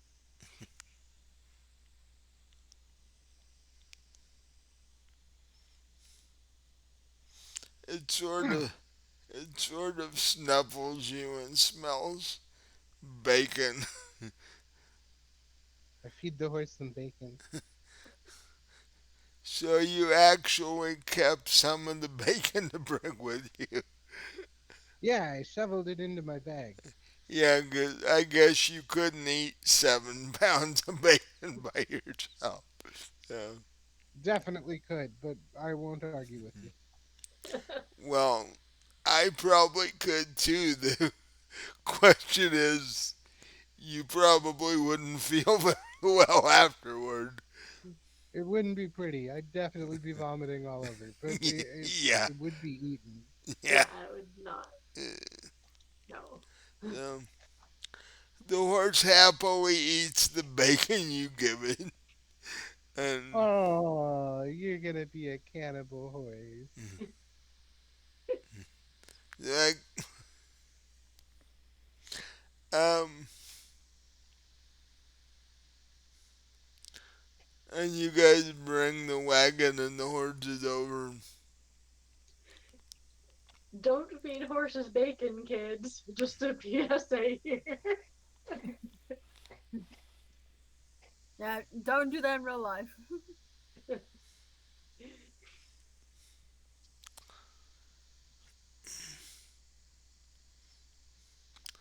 I don't know. 600-pound pig against a 1,200-pound horse. Interesting fight.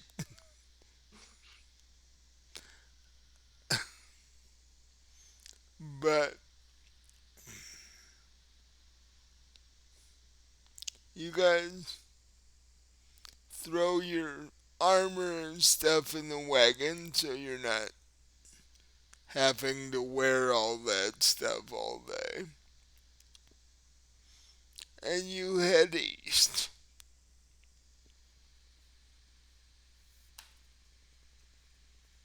What? No, armor is for wearing. It gets, Not wearing your armor is a good way to end up dead. although it does end up getting heavy after a while. unless you're wearing leather, and then it's fine.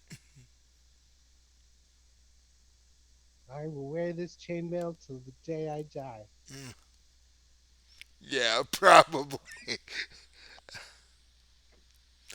Connie looks over at you, goes, "Oh, by the way, I've been wearing this for 4 days. When do I get to take it off?" I said, Never, you're a paladin now. I said, did you not take it off when you were sleeping last night? Apparently not. You She does have a probably lot to should take learn. it off at night, hun. Like, I was wondering why you were just sleeping in that. Like, You I figured didn't. you wanted to get used to it, but now that I think about it, maybe you don't know how to take it off. She wasn't in her right mind when she started wearing it. She I has mean, there's a lot of straps to that thing. It's a bit of a doozy. she has no idea how to take it off or put it on or anything like that. Well, I guess I'd show her how to do that. Yeah. So this is how you take off a chainmail shirt. You pull it off over your head, just like that. But you want to wear it during the day. But yeah, when there's monsters around, you want to be wearing it. Yeah, 'cause it does take a minute to put back on if you need to. So the first hour of your trip goes by uneventfully. 1 hour down.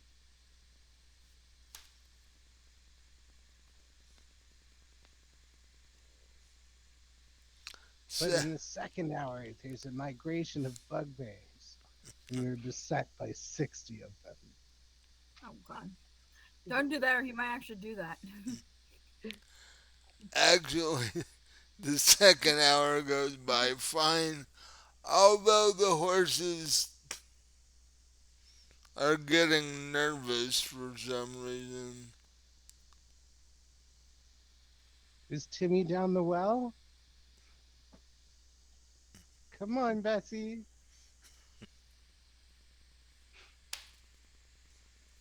You're a good horse. Keep on riding.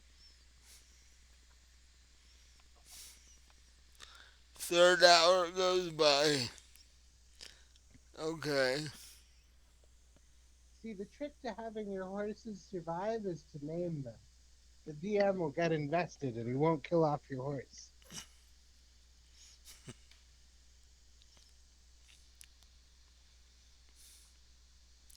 Although at the end of the third hour, I need all three of you to make perception checks.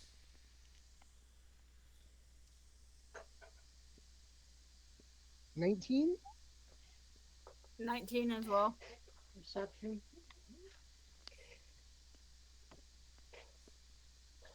22. The three of you look up because Varna and Connie are busy driving the wagon. Um,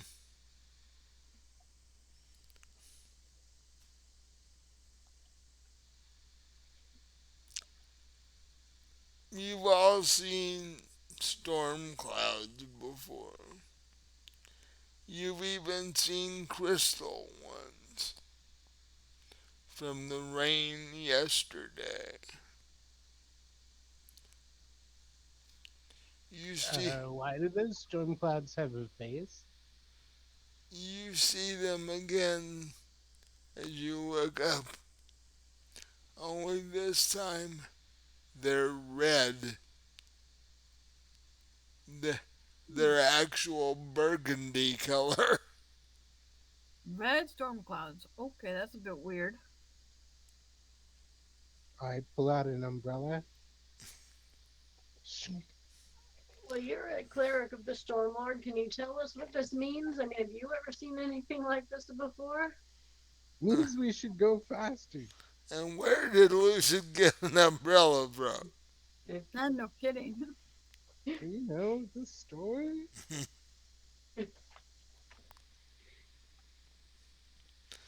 Sneaking around while nobody knows what you're doing. Once I noticed there was crystal rain, I immediately went to the store to get an umbrella.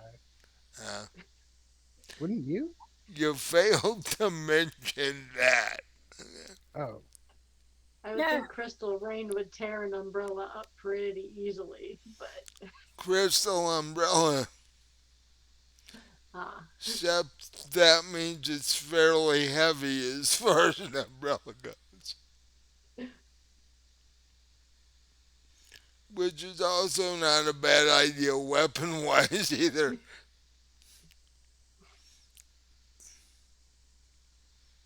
it's at least as good as the mace. Yep, probably true. Um,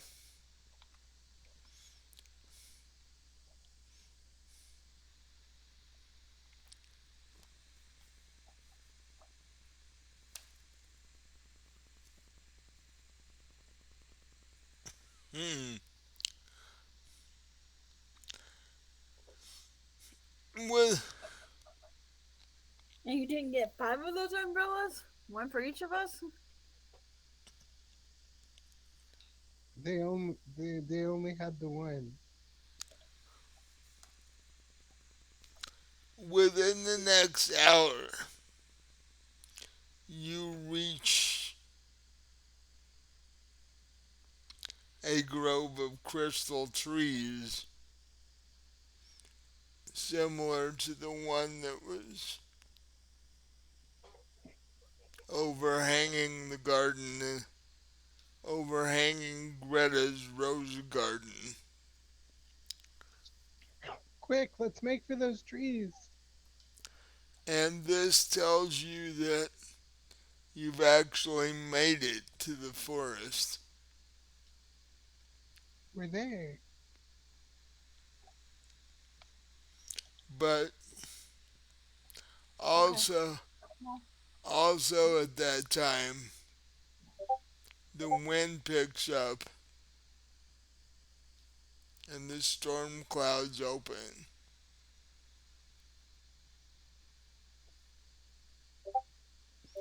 And you find out why the clouds are a burgundy color. Woo! Acid rain. is it raining blood? Yes, Oh, jeez. Well, that's nice. Glad we don't have that kind of weather here. No kidding.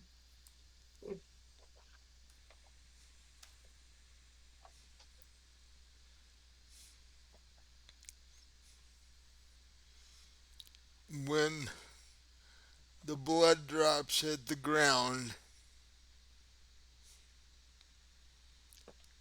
it's like the ground feeds on it.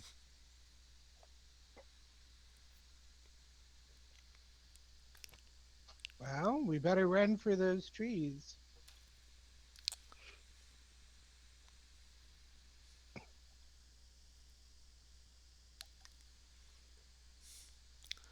Uh, all of you give me dex saving throws. I got a 12. Yeah, 17. I also got a 12. Ooh, the ground is rapidly becoming very slick. And all, all five of you make it, although Taylor and Nala barely.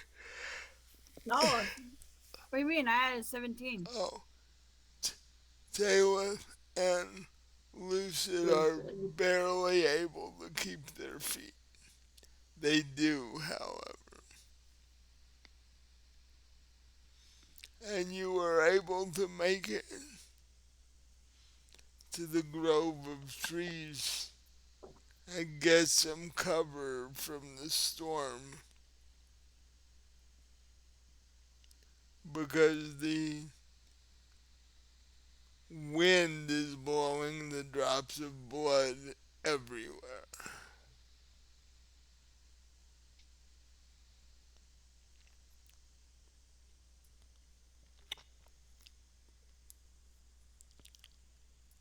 Gross! It's getting in my hair. Oh, You blood. you were all drenched by the time you got to the grove of trees. All, Ew, blood. all five of you are covered in blood.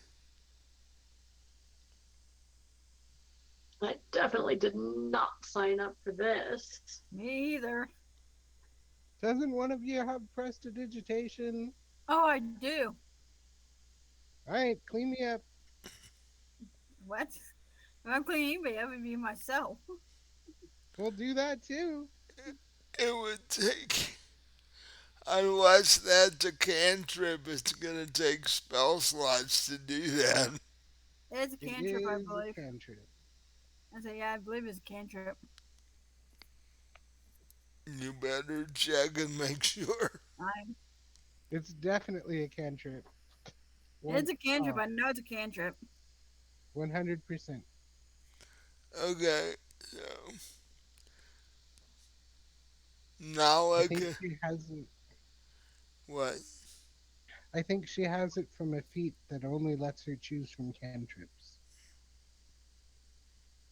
No. Oh, you're a wizard? Yeah. Never mind. She, she is a blade singer, which is a wizard who can use. Magic Well, and a sword.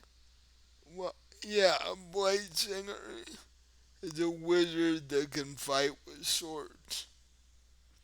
And is a little better at it than your average wizard, but not a whole lot. Um,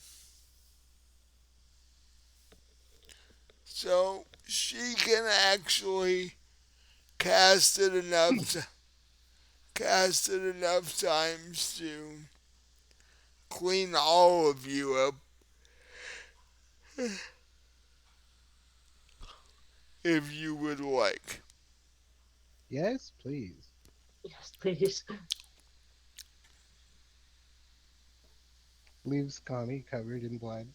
You know, it's just your initiation as a paladin. She she looks at you. She's like, "I'm really not liking this." Like, I don't Okay, mind getting blood on me in battle, but this is a little much. okay, you can get cleaned up too. It's Yeah, it's fine. because it's 1 cubic foot. You know how long that's gonna take to get done? One shot? Yeah, That's you Because can it's a you cubic can foot? instantaneously clean or slow an object no larger than 1 cubic foot. You know how cube long that's gonna take to do? cubic foot is 9 feet. Is it? Your average human. Well, no, cubic foot is three As feet. long as you can, like, fold it and put it in there, it would work. So, So anything with the surface area that could fit in that cube. so you could basically clean up a dwarf size creature. You might have to cast it a couple of times, but we just have to take a few more seconds. Yeah. Ah, squeaky clean. Because the the dragonborns are gonna take a minute. Just cast it on their head and they'll be fine. They don't really need to clean the rest of them. They have scales.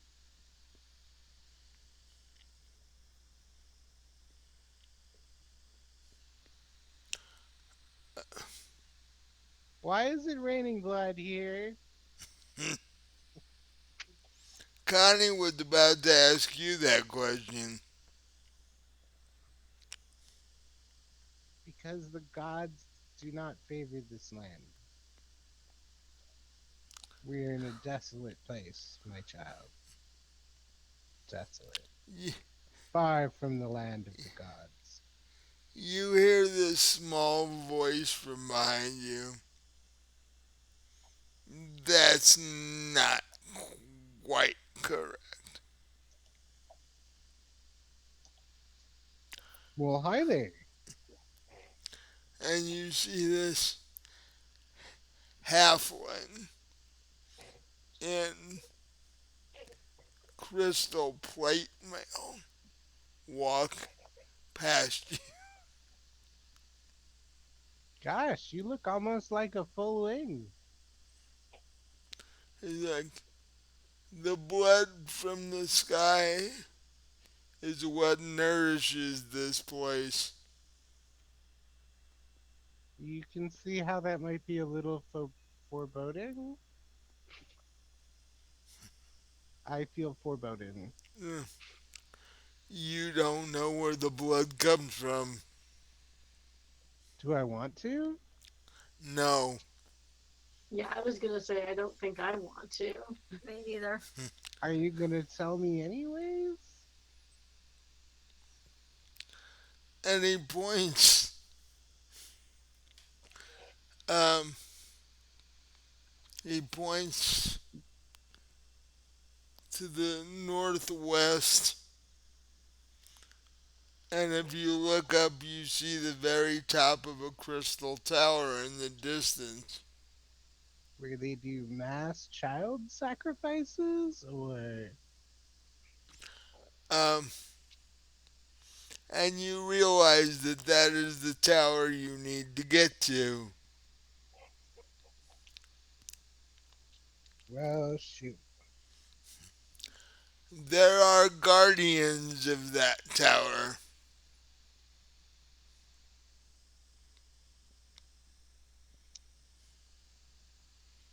What kind of guardians? Giants. Oh, Joy.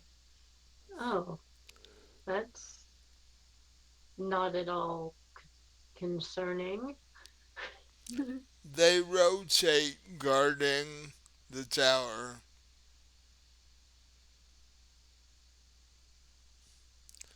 because, as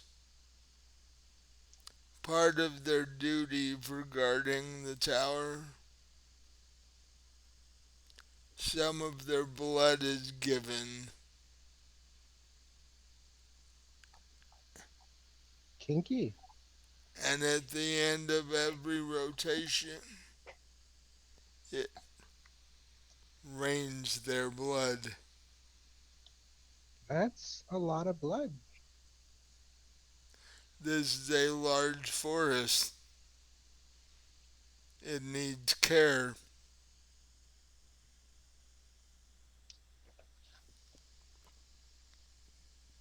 Is there any way to get past these guards? That I do not know. Presumably the normal way sneakiness and murder.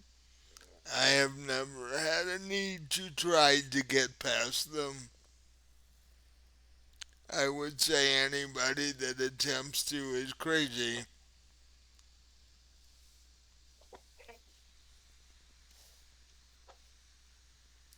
Why do they guard the tower? There are things in the tower that need guarding.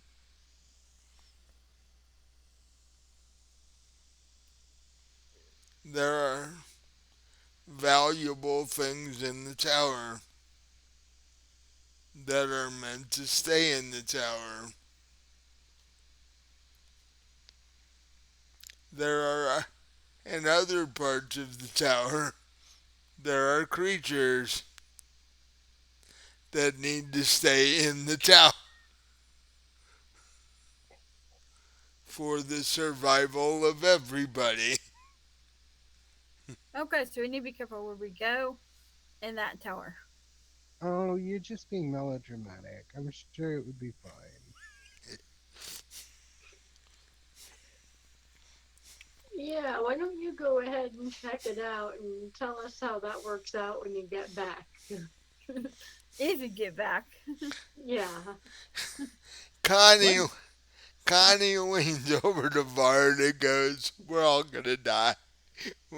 We're You signed just." on for this quest. You're committed. You can't back out now. She's like, "We're just all gonna die."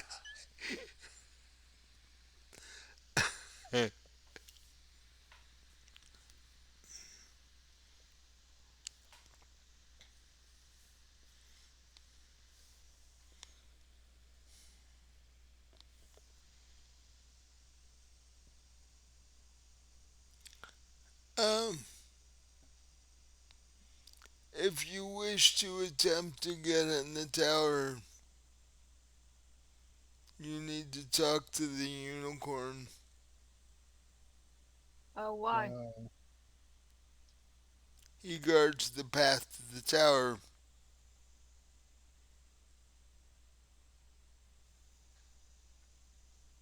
So the tower's guarded by giants, and the path to it is guarded by a unicorn. Yeah. Well, hopefully we can turn them against each other. Well, you end up meeting the unicorn before you even get to the tower.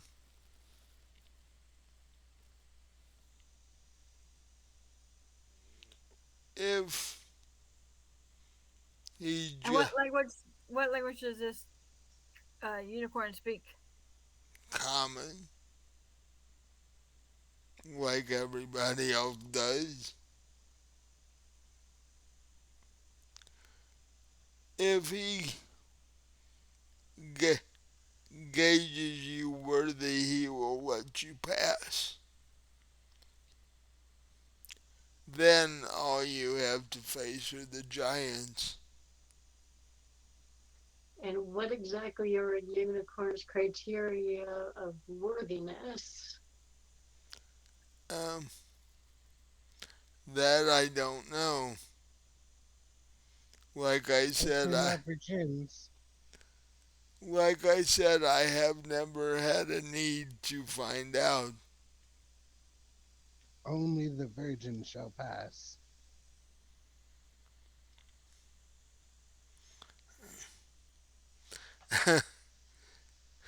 Varn says, "Well, we should leave then."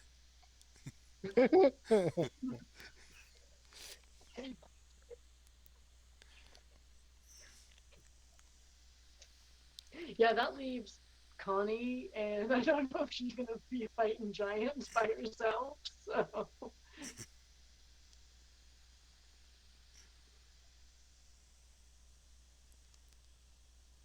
She turns and puts an arm around Lucid and says, "No, if I'm dying, he's going with me. He's the he's the reason I'm here to begin with."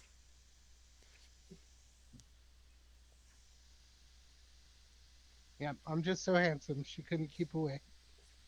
Yeah.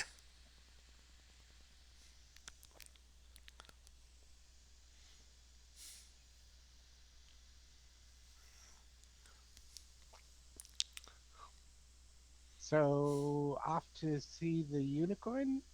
I I ask, where do we find this unicorn?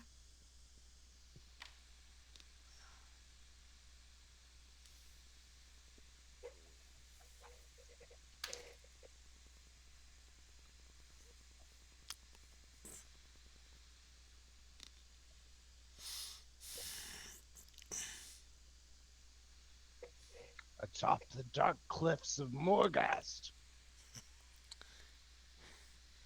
You will find the golden path through the forest.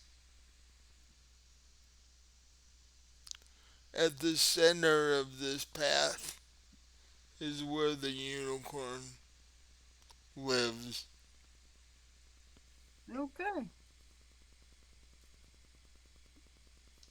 And we're not so into finding all this stuff out. How do you know this? The unicorn and I have seen each other. I have How do you just know you're not a unicorn sympathizer? I have just never had a need to get to the tower. So I've never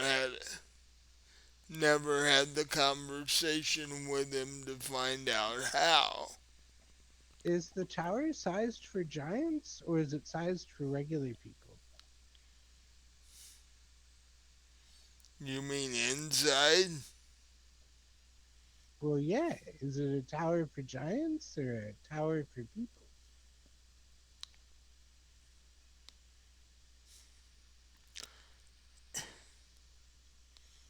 The inside of the tower is sized for people. The Okay, the so the tower itself is 1,000 feet tall. that's that's a pretty tall tower.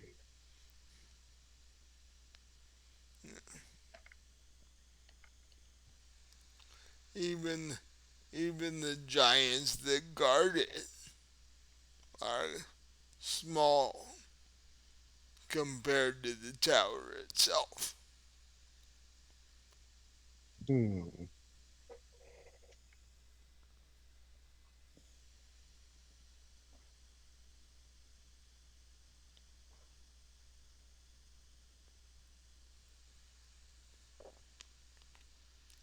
Is there anything else we should know?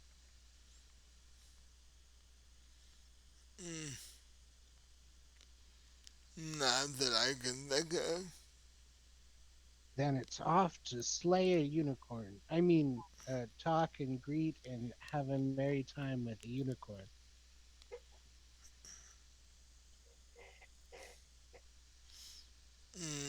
Good luck with that. Why, thank you. And he wanders off.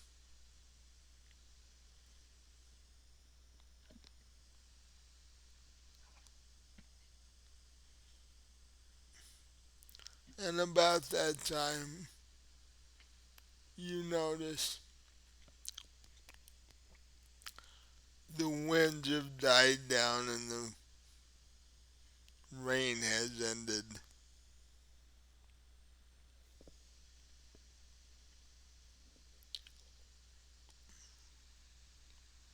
What do you do? I guess we Head head into the forest. head towards this supposed tower. So you head northwest from where you are toward the tower.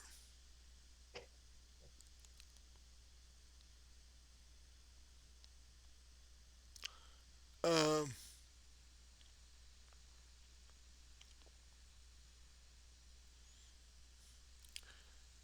you walk for like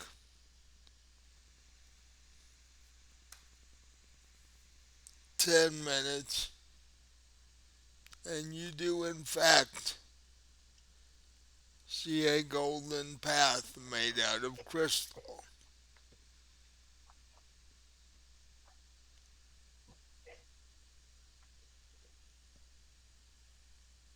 It initially veers slightly to the right, but it does keep going in the general direction you're headed.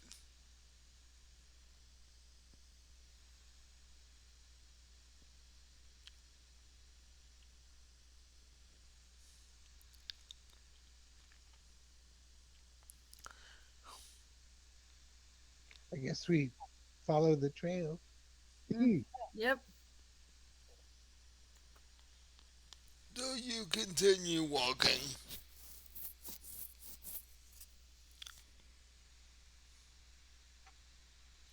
Um,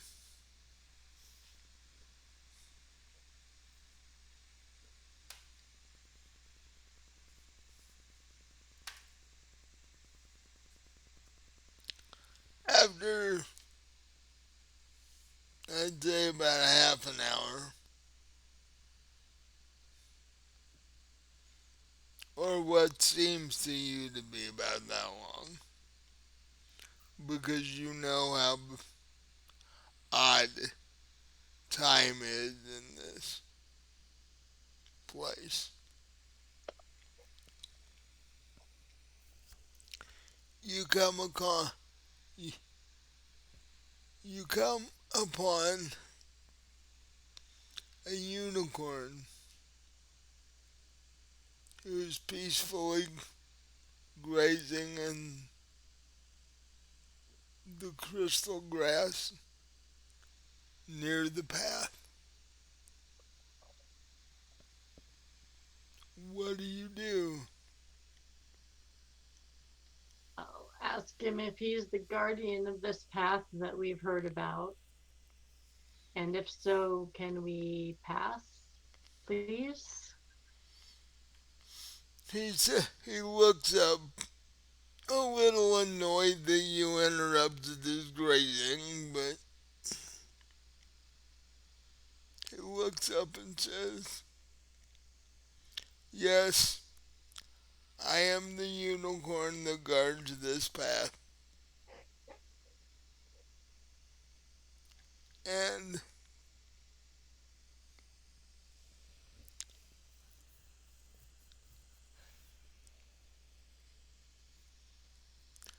why would you be wanting to get past me? There's nothing up there but giants and blood and suffering."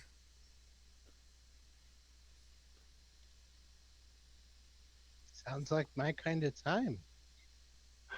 Well, we're adventurers, so we're no strangers to any of those.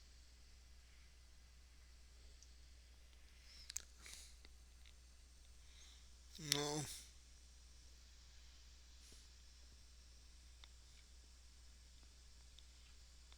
What would you what do you need to go there for? What is your business there?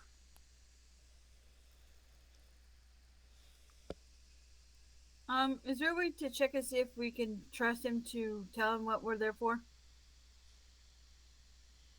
Maybe an insight roll Insight. To do what now?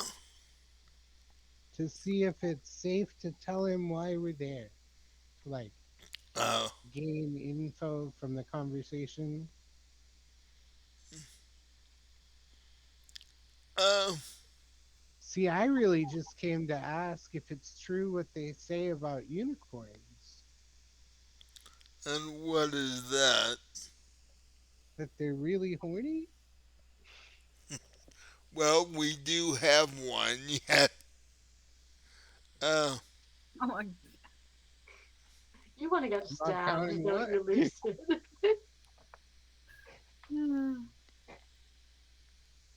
Wow, it's way more majestic than I imagined.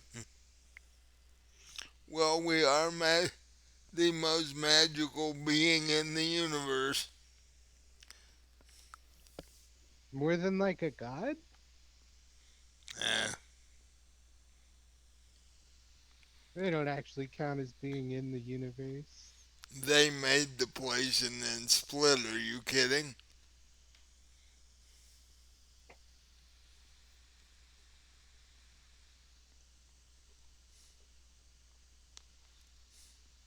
So, like I said, can we do an insight check to see if he's safe enough to tell him what we're there for? Yeah,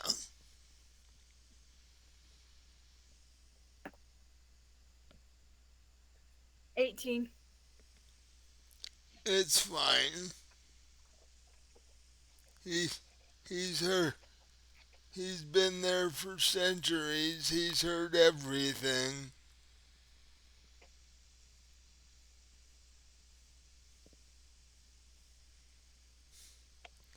His Um, his job is to decide if you're worthy enough to go up there or not.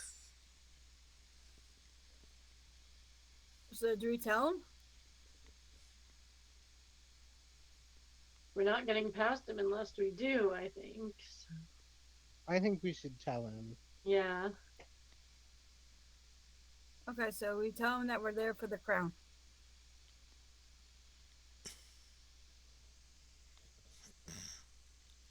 He's like, he sort of shakes his head. He's like, not again.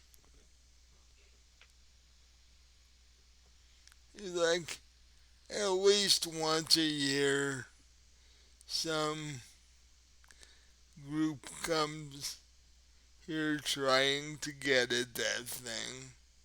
Yeah, but were they here for the person who actually owns it?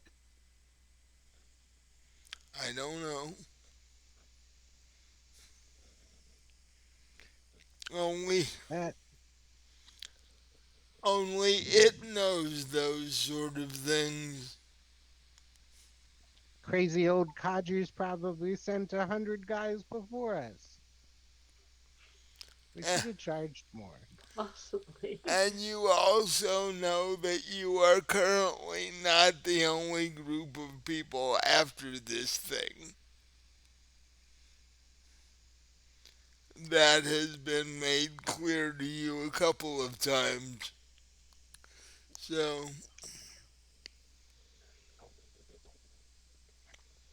But clearly, we're the best and bravest of them.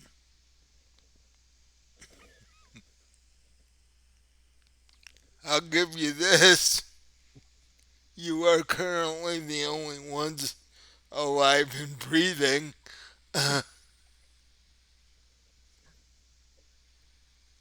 Well, that's something. Hopefully, we can stay that I way. I think that just means the rest of the people looking for it are undead.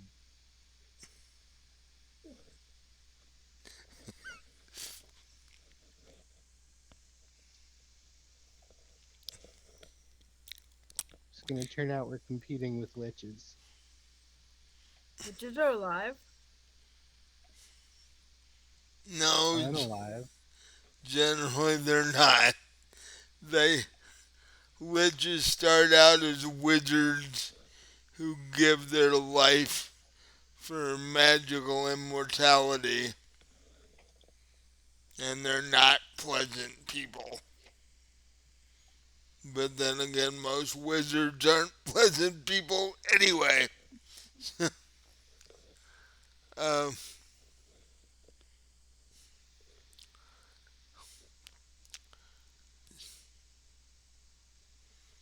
he's like, if that is the foolish errand you are on, I will let you pass.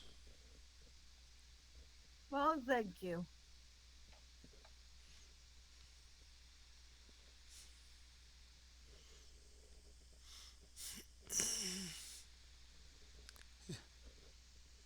After some 300 years of me standing in this area, I hope that someday somebody comes back down the path.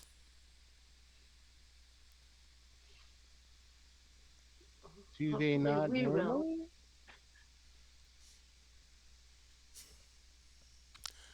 Nobody that I have let pass has ever come to see me again. How recently has someone come through here looking for this crown? Mm,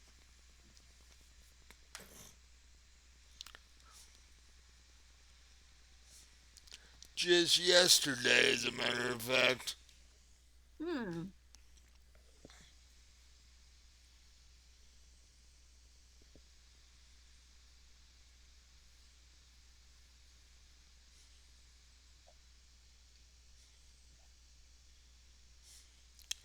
It is a wonderful object. I have seen it myself. I don't know what people seem to want with it. You know, old crowns. They have their own appeal. Yeah. It is a I very, bet it's a collector. It is a very pretty piece of carved crystal, but What do you know about this crown? I myself don't. Other than the fact that, like I said, it is a very nice piece of carved crystal. I cast Detect Object to detect every crown within 5,000 miles. 5,000 miles. There's only one. There's only one? Yeah, Okay. And how many miles away is it? Is it in the direction of the tower? yeah. And how many miles away is it? I will check.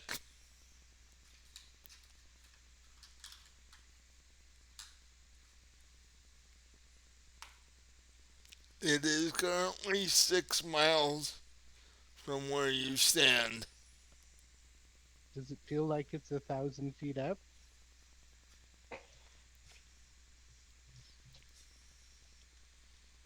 Not quite that far.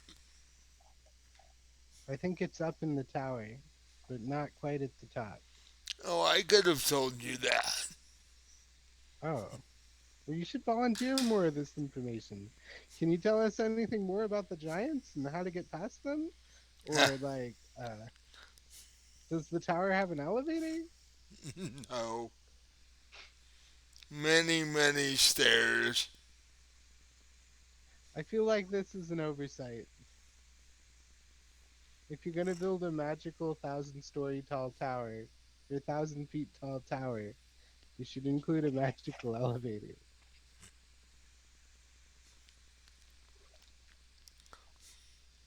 Just for next time, if you're building another one. He's like, what is an elevator? You know, like a platform that goes up and down, Eh, like sometimes with ropes. I, that would take an artificer, and I have yet to meet one in this kingdom. Oh, that's a pity. Um, but yes, the path from here to the tower is 6 miles.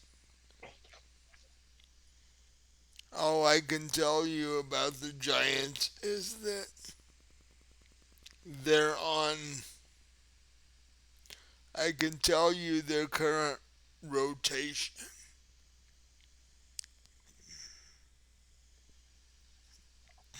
That sounds like a good thing to know. The tower is currently guarded by mountain giants.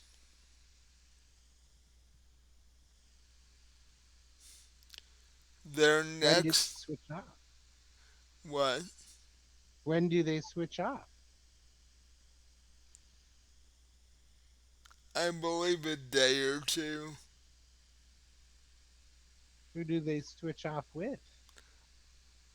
I think, if I recall correctly, sto- storm giants are the next rotation. All right, so we just need to get some stilts, and I'll dress up as a storm giant. We'll bluff our way in. The unicorn laughs hysterically. I was gonna suggest you bribe them with some of the bacon you got in your bag there, Lucy. Or talk to him about storm giant or storm lord stuff. He's like, you are a bit small to be a storm giant. You know, I can do a lot when I'm committed. You want to be committed. I agree, cousin. And one of the things you do know, being a cleric of the Storm Lord, is that storm giants are the biggest and strongest of all giant races. Yeah, we don't want to mess with those guys. They're like really strong. And how often do they switch out guards? I think it's usually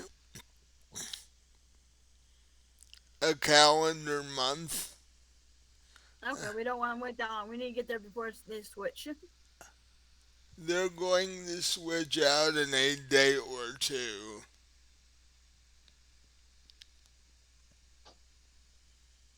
So I think we should try and sneak in towards the end of the giant shift when they're probably tired.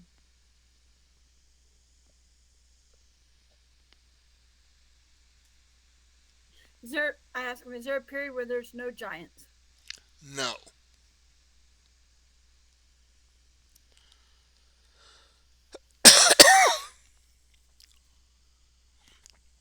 the tower is guarded at all times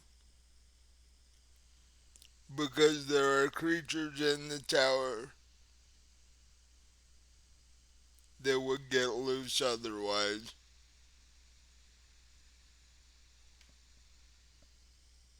and that is something you truly do not want.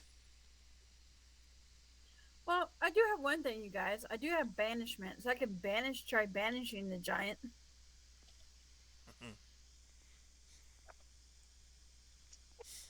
Does that work on things that are native to this plane?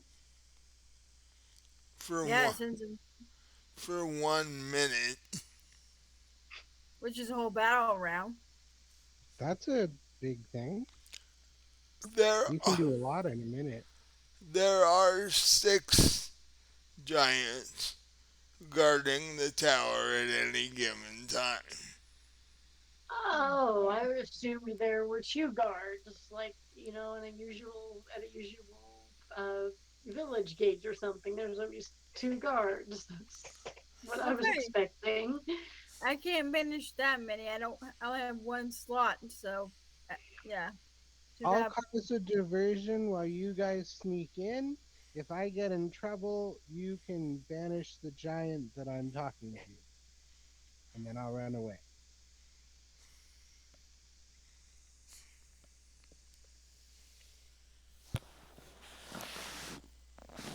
Mr. Unicorn, please feel free to say something if this sounds like a bad plan.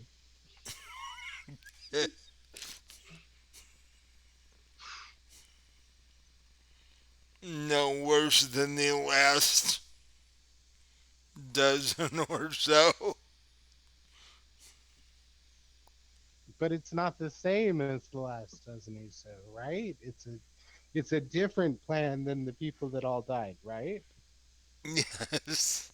Because I don't want to try the same thing as the people that all died. No, I can honestly say that it is somewhat different. I can also honestly say it's probably not going to work any better than the last dozen or so. Well, the plan only lasts till the first round of combat, and then you throw the plan away. So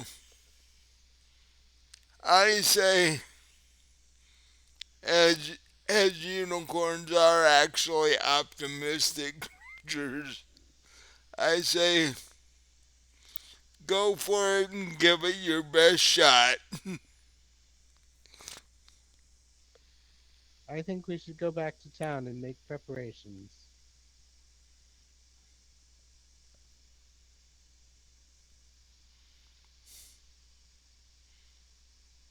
Like, okay. well, if you do that, then we'll have to go against the storm giant. We don't want to do that.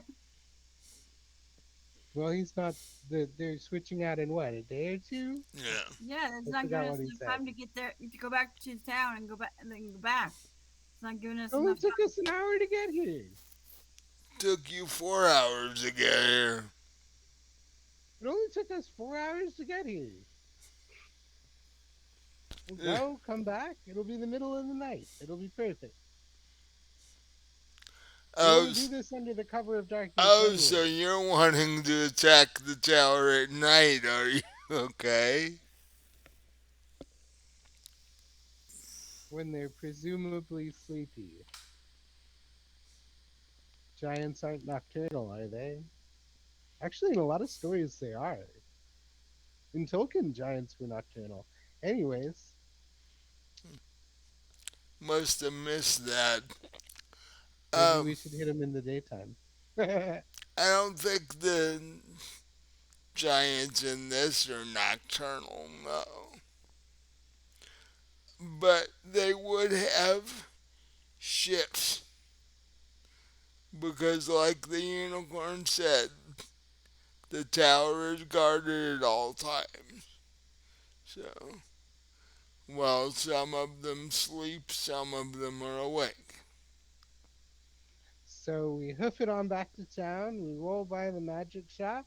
We pick up a few scrolls of Featherfall and Haste, and we head back to the tower. Yeah, sounds like a plan, right? Are you guys getting anywhere near low on gold at this? No, I have 5,723 gold. Okay. I am. Yeah. Well, group wise, I mean, I I was just checking to make sure you weren't broke. That's because you walk into a wizard magic shop and want to buy scrolls, and then you find out you're broke. It doesn't go well from there. So I'll ask the unicorn if we go back to town and then come back, do we still have permission to pass by on the road to the tower? Don't ask him again. He might say no. Actually, I'll let you pass. I want to see how badly you fail at doing this. I thought you said unicorns were optimistic. We are, but we're practical too. And Guess you're being awfully optimistic about that. this is going to be the best entertainment I've had in days. You really need to get out more. Like, they have plays down in the village. Like, you could see, like, Romeo and Juliet or You know, Hercules. this is my job. They won't let me leave, okay? Oh. Well, maybe we'll come out to you, put on a performance in the park. I'll talk to the other theater kids. See, the group that came through yesterday just sort of tried a frontal attack on the mountain giants, and Yeah, I can imagine how well that went. Yeah, that was never gonna work. it took like 5 minutes. You know,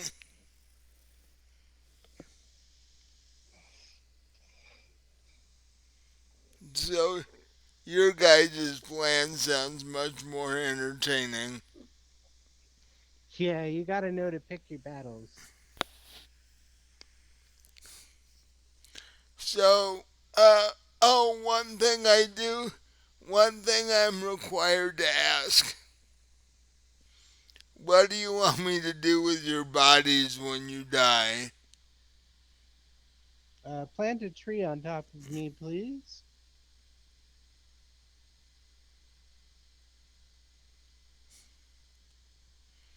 What about the other two of you? Send my body back to my family. Mm.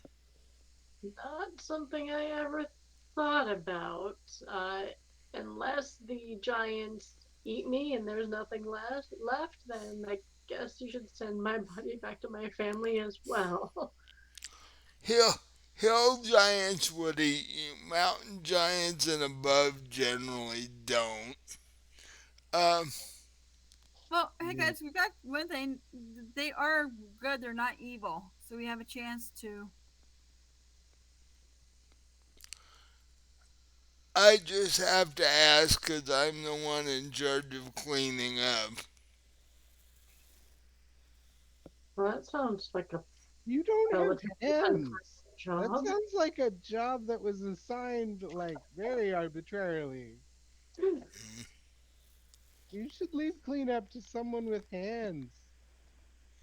Are those giants abusing you? I do it magically. It's not that much of an issue. Oh, I thought you like used your tongue or something. No.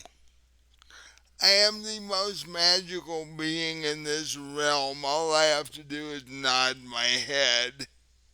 Oh, I figured you liked the taste. Uh,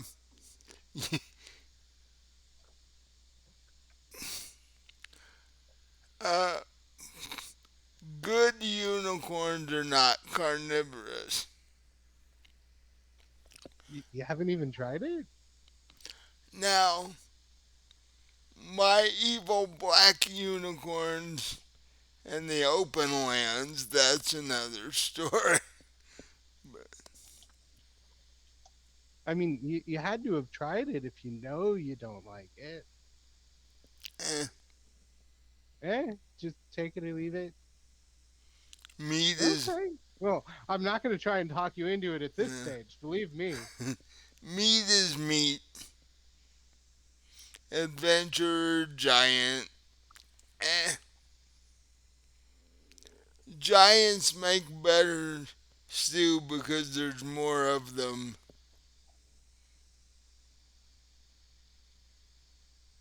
and hill giants are easy to catch. You know, eh,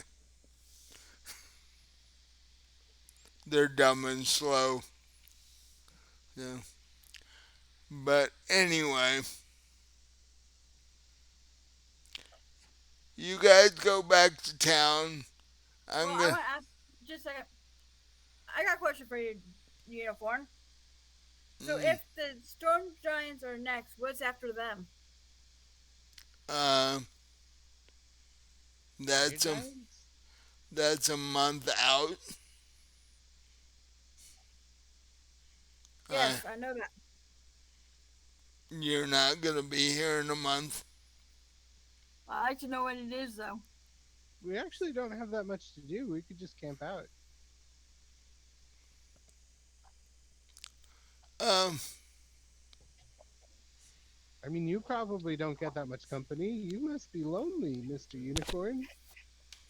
I think the hill giants are next after the storm giants. The rotation starts over.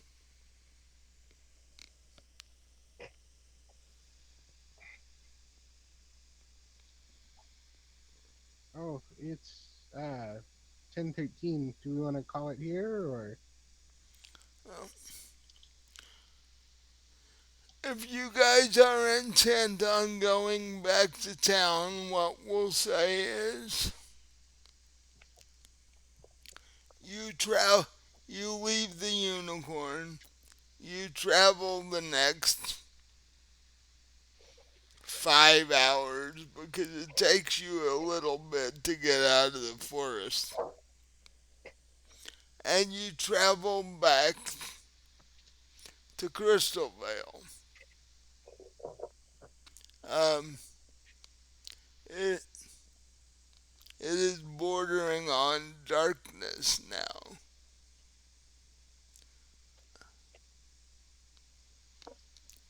The What do you guys want to do, real quick? try and find a magic shop? It's easy enough to find. Do they have any scrolls of Featherfall? It's a first level spell. I'm finding out. In fact, they do not. They do not. What about the spell Haste?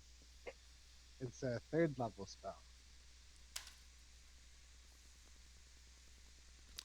That they have uh, they have that they have actually five of them in stock. Well, I'll buy all five. That'll be 500 gold, please. I give them 500 gold. You don't have any potions of Featherfall, charms of Featherfall, feather tokens, Well, nothing. you didn't ask me that.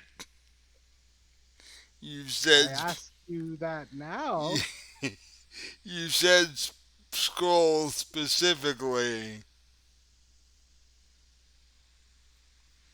He he goes back and rifles through this large bookshelf type thing behind the counter with all with dozens of bottles on it and such.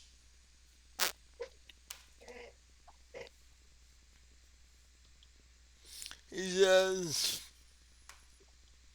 I have 3 potions of featherfall. Great, we'll take those two. That's another 150 gold. I pay him the gold. So that's like 800 gold that I'm down. You now you have spent a total of 650 gold. Great. You now have 5 potions of haste and or 5 scrolls of haste, which are single use scrolls, and 3 potions of featherfall. Do you have any magical rope? Let me go in the back and check. Oh, yes, a couple of healing potions for us. Yeah, definitely some of those. You should pick up some of those while we're here. Said I have 2 healing potions. They're regular healing potions and they're 50 gold each.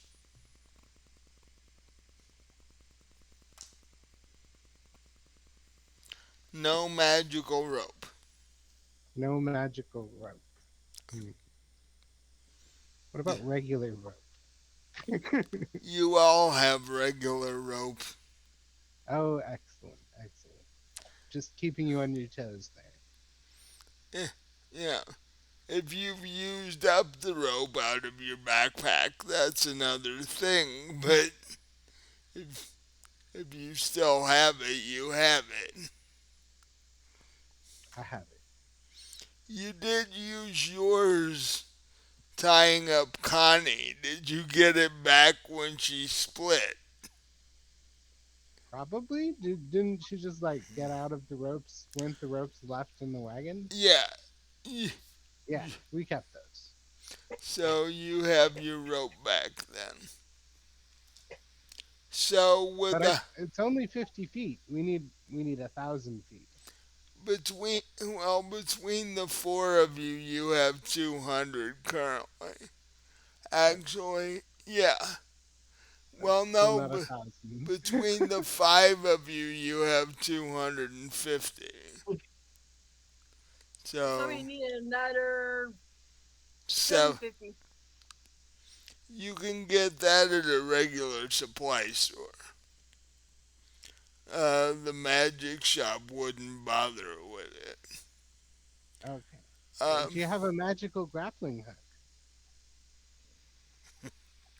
I will check.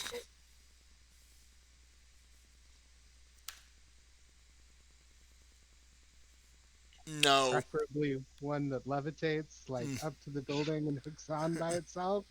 Like, come on, magic no, items, you gotta like up your game. n- The store has terrible nobody's selections. nobody's ever asked for that. What in the world are the 5 of you going to try We're and gonna do? borrow a headpiece from some giants, perfectly normal thing to do. Yeah, right. Just borrowing some headgear, man. With the 2 healing potions, you owe me a total of 750 gold. Okay, here's 750 gold in silver. And what? I just kind of pour out a bag of silver coins onto the table. Just endlessly keeps pouring. You know, that's how it goes. Mm,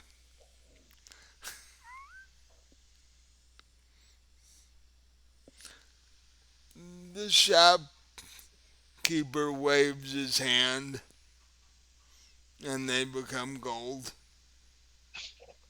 If you could do that, why are you even a shopkeeper? Have to have something to keep me occupied. Well, why don't you just join us if you're gonna be like that? I have enough money. I don't need to risk my life.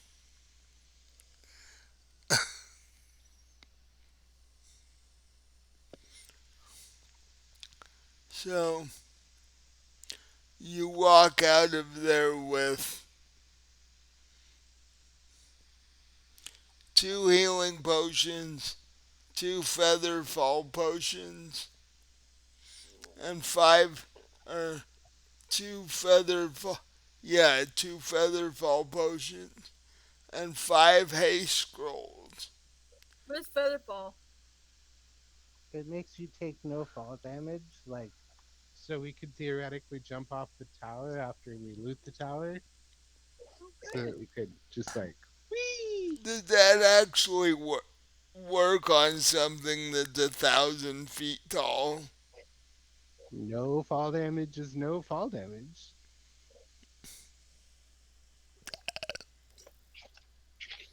Until the giant falls on you after you hit the You better cast Featherfall on him too. ground.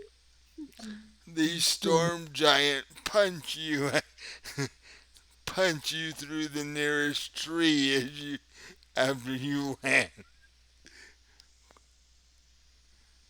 Well, that's why we do with the Featherfall and the haste at the same time, so we can run away from him.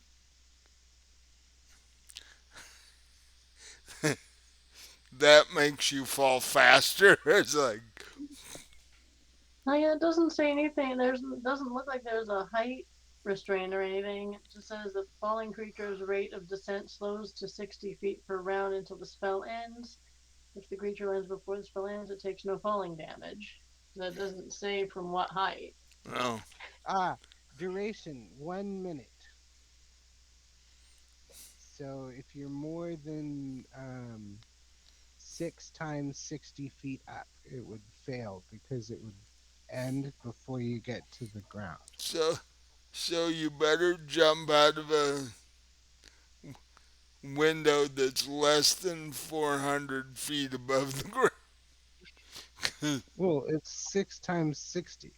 Yeah, So yeah, I don't math good. that's 360 feet. So you better We jump. just we just need to drink the potion while we're in midair as we're getting close to You the ground. better jump out of a window that's sort of midway up if you're gonna do that.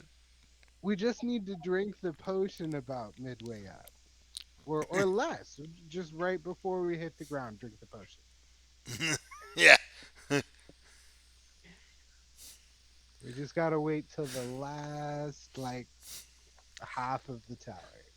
So falling 1,000 feet, when does the heart attack kick in kills that kills you before you hit the ground? Uh, It's not scary. Falling is fun. It's the landing that kills you. yeah. Oh, Well, I gotta crash out, guys. yeah. We'll end it here. Um, you guys gonna go back to your favorite inn for the night? Yep.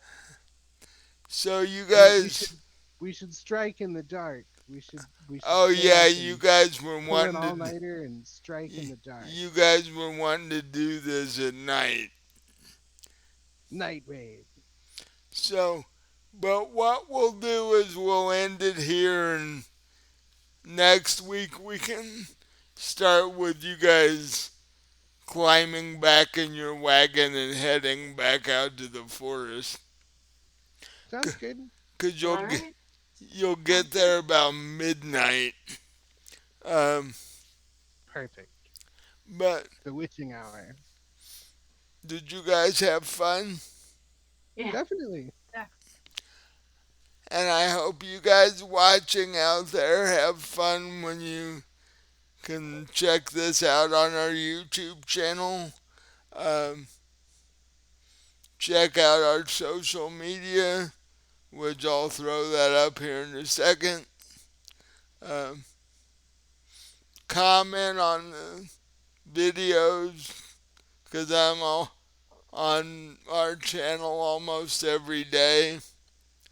So, any questions? Comment whose character you want to die next week. We'll kill him off. Well, No. I have a Come up feel. with the GM ideas. I have a feeling it's gonna be all of you, so there's not really a choice. Uh, you're gonna be giant oatmeal before this is over. Uh, but yeah, we definitely like to interact with you, answer your questions. Uh, so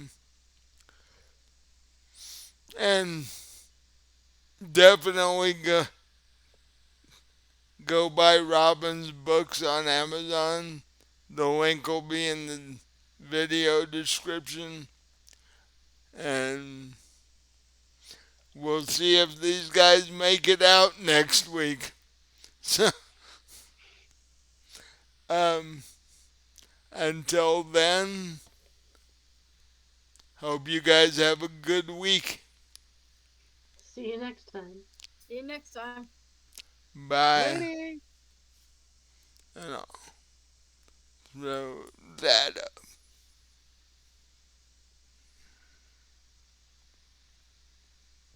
Well, good to see you guys. Have a good Hang week. hang You on. too. Have fun.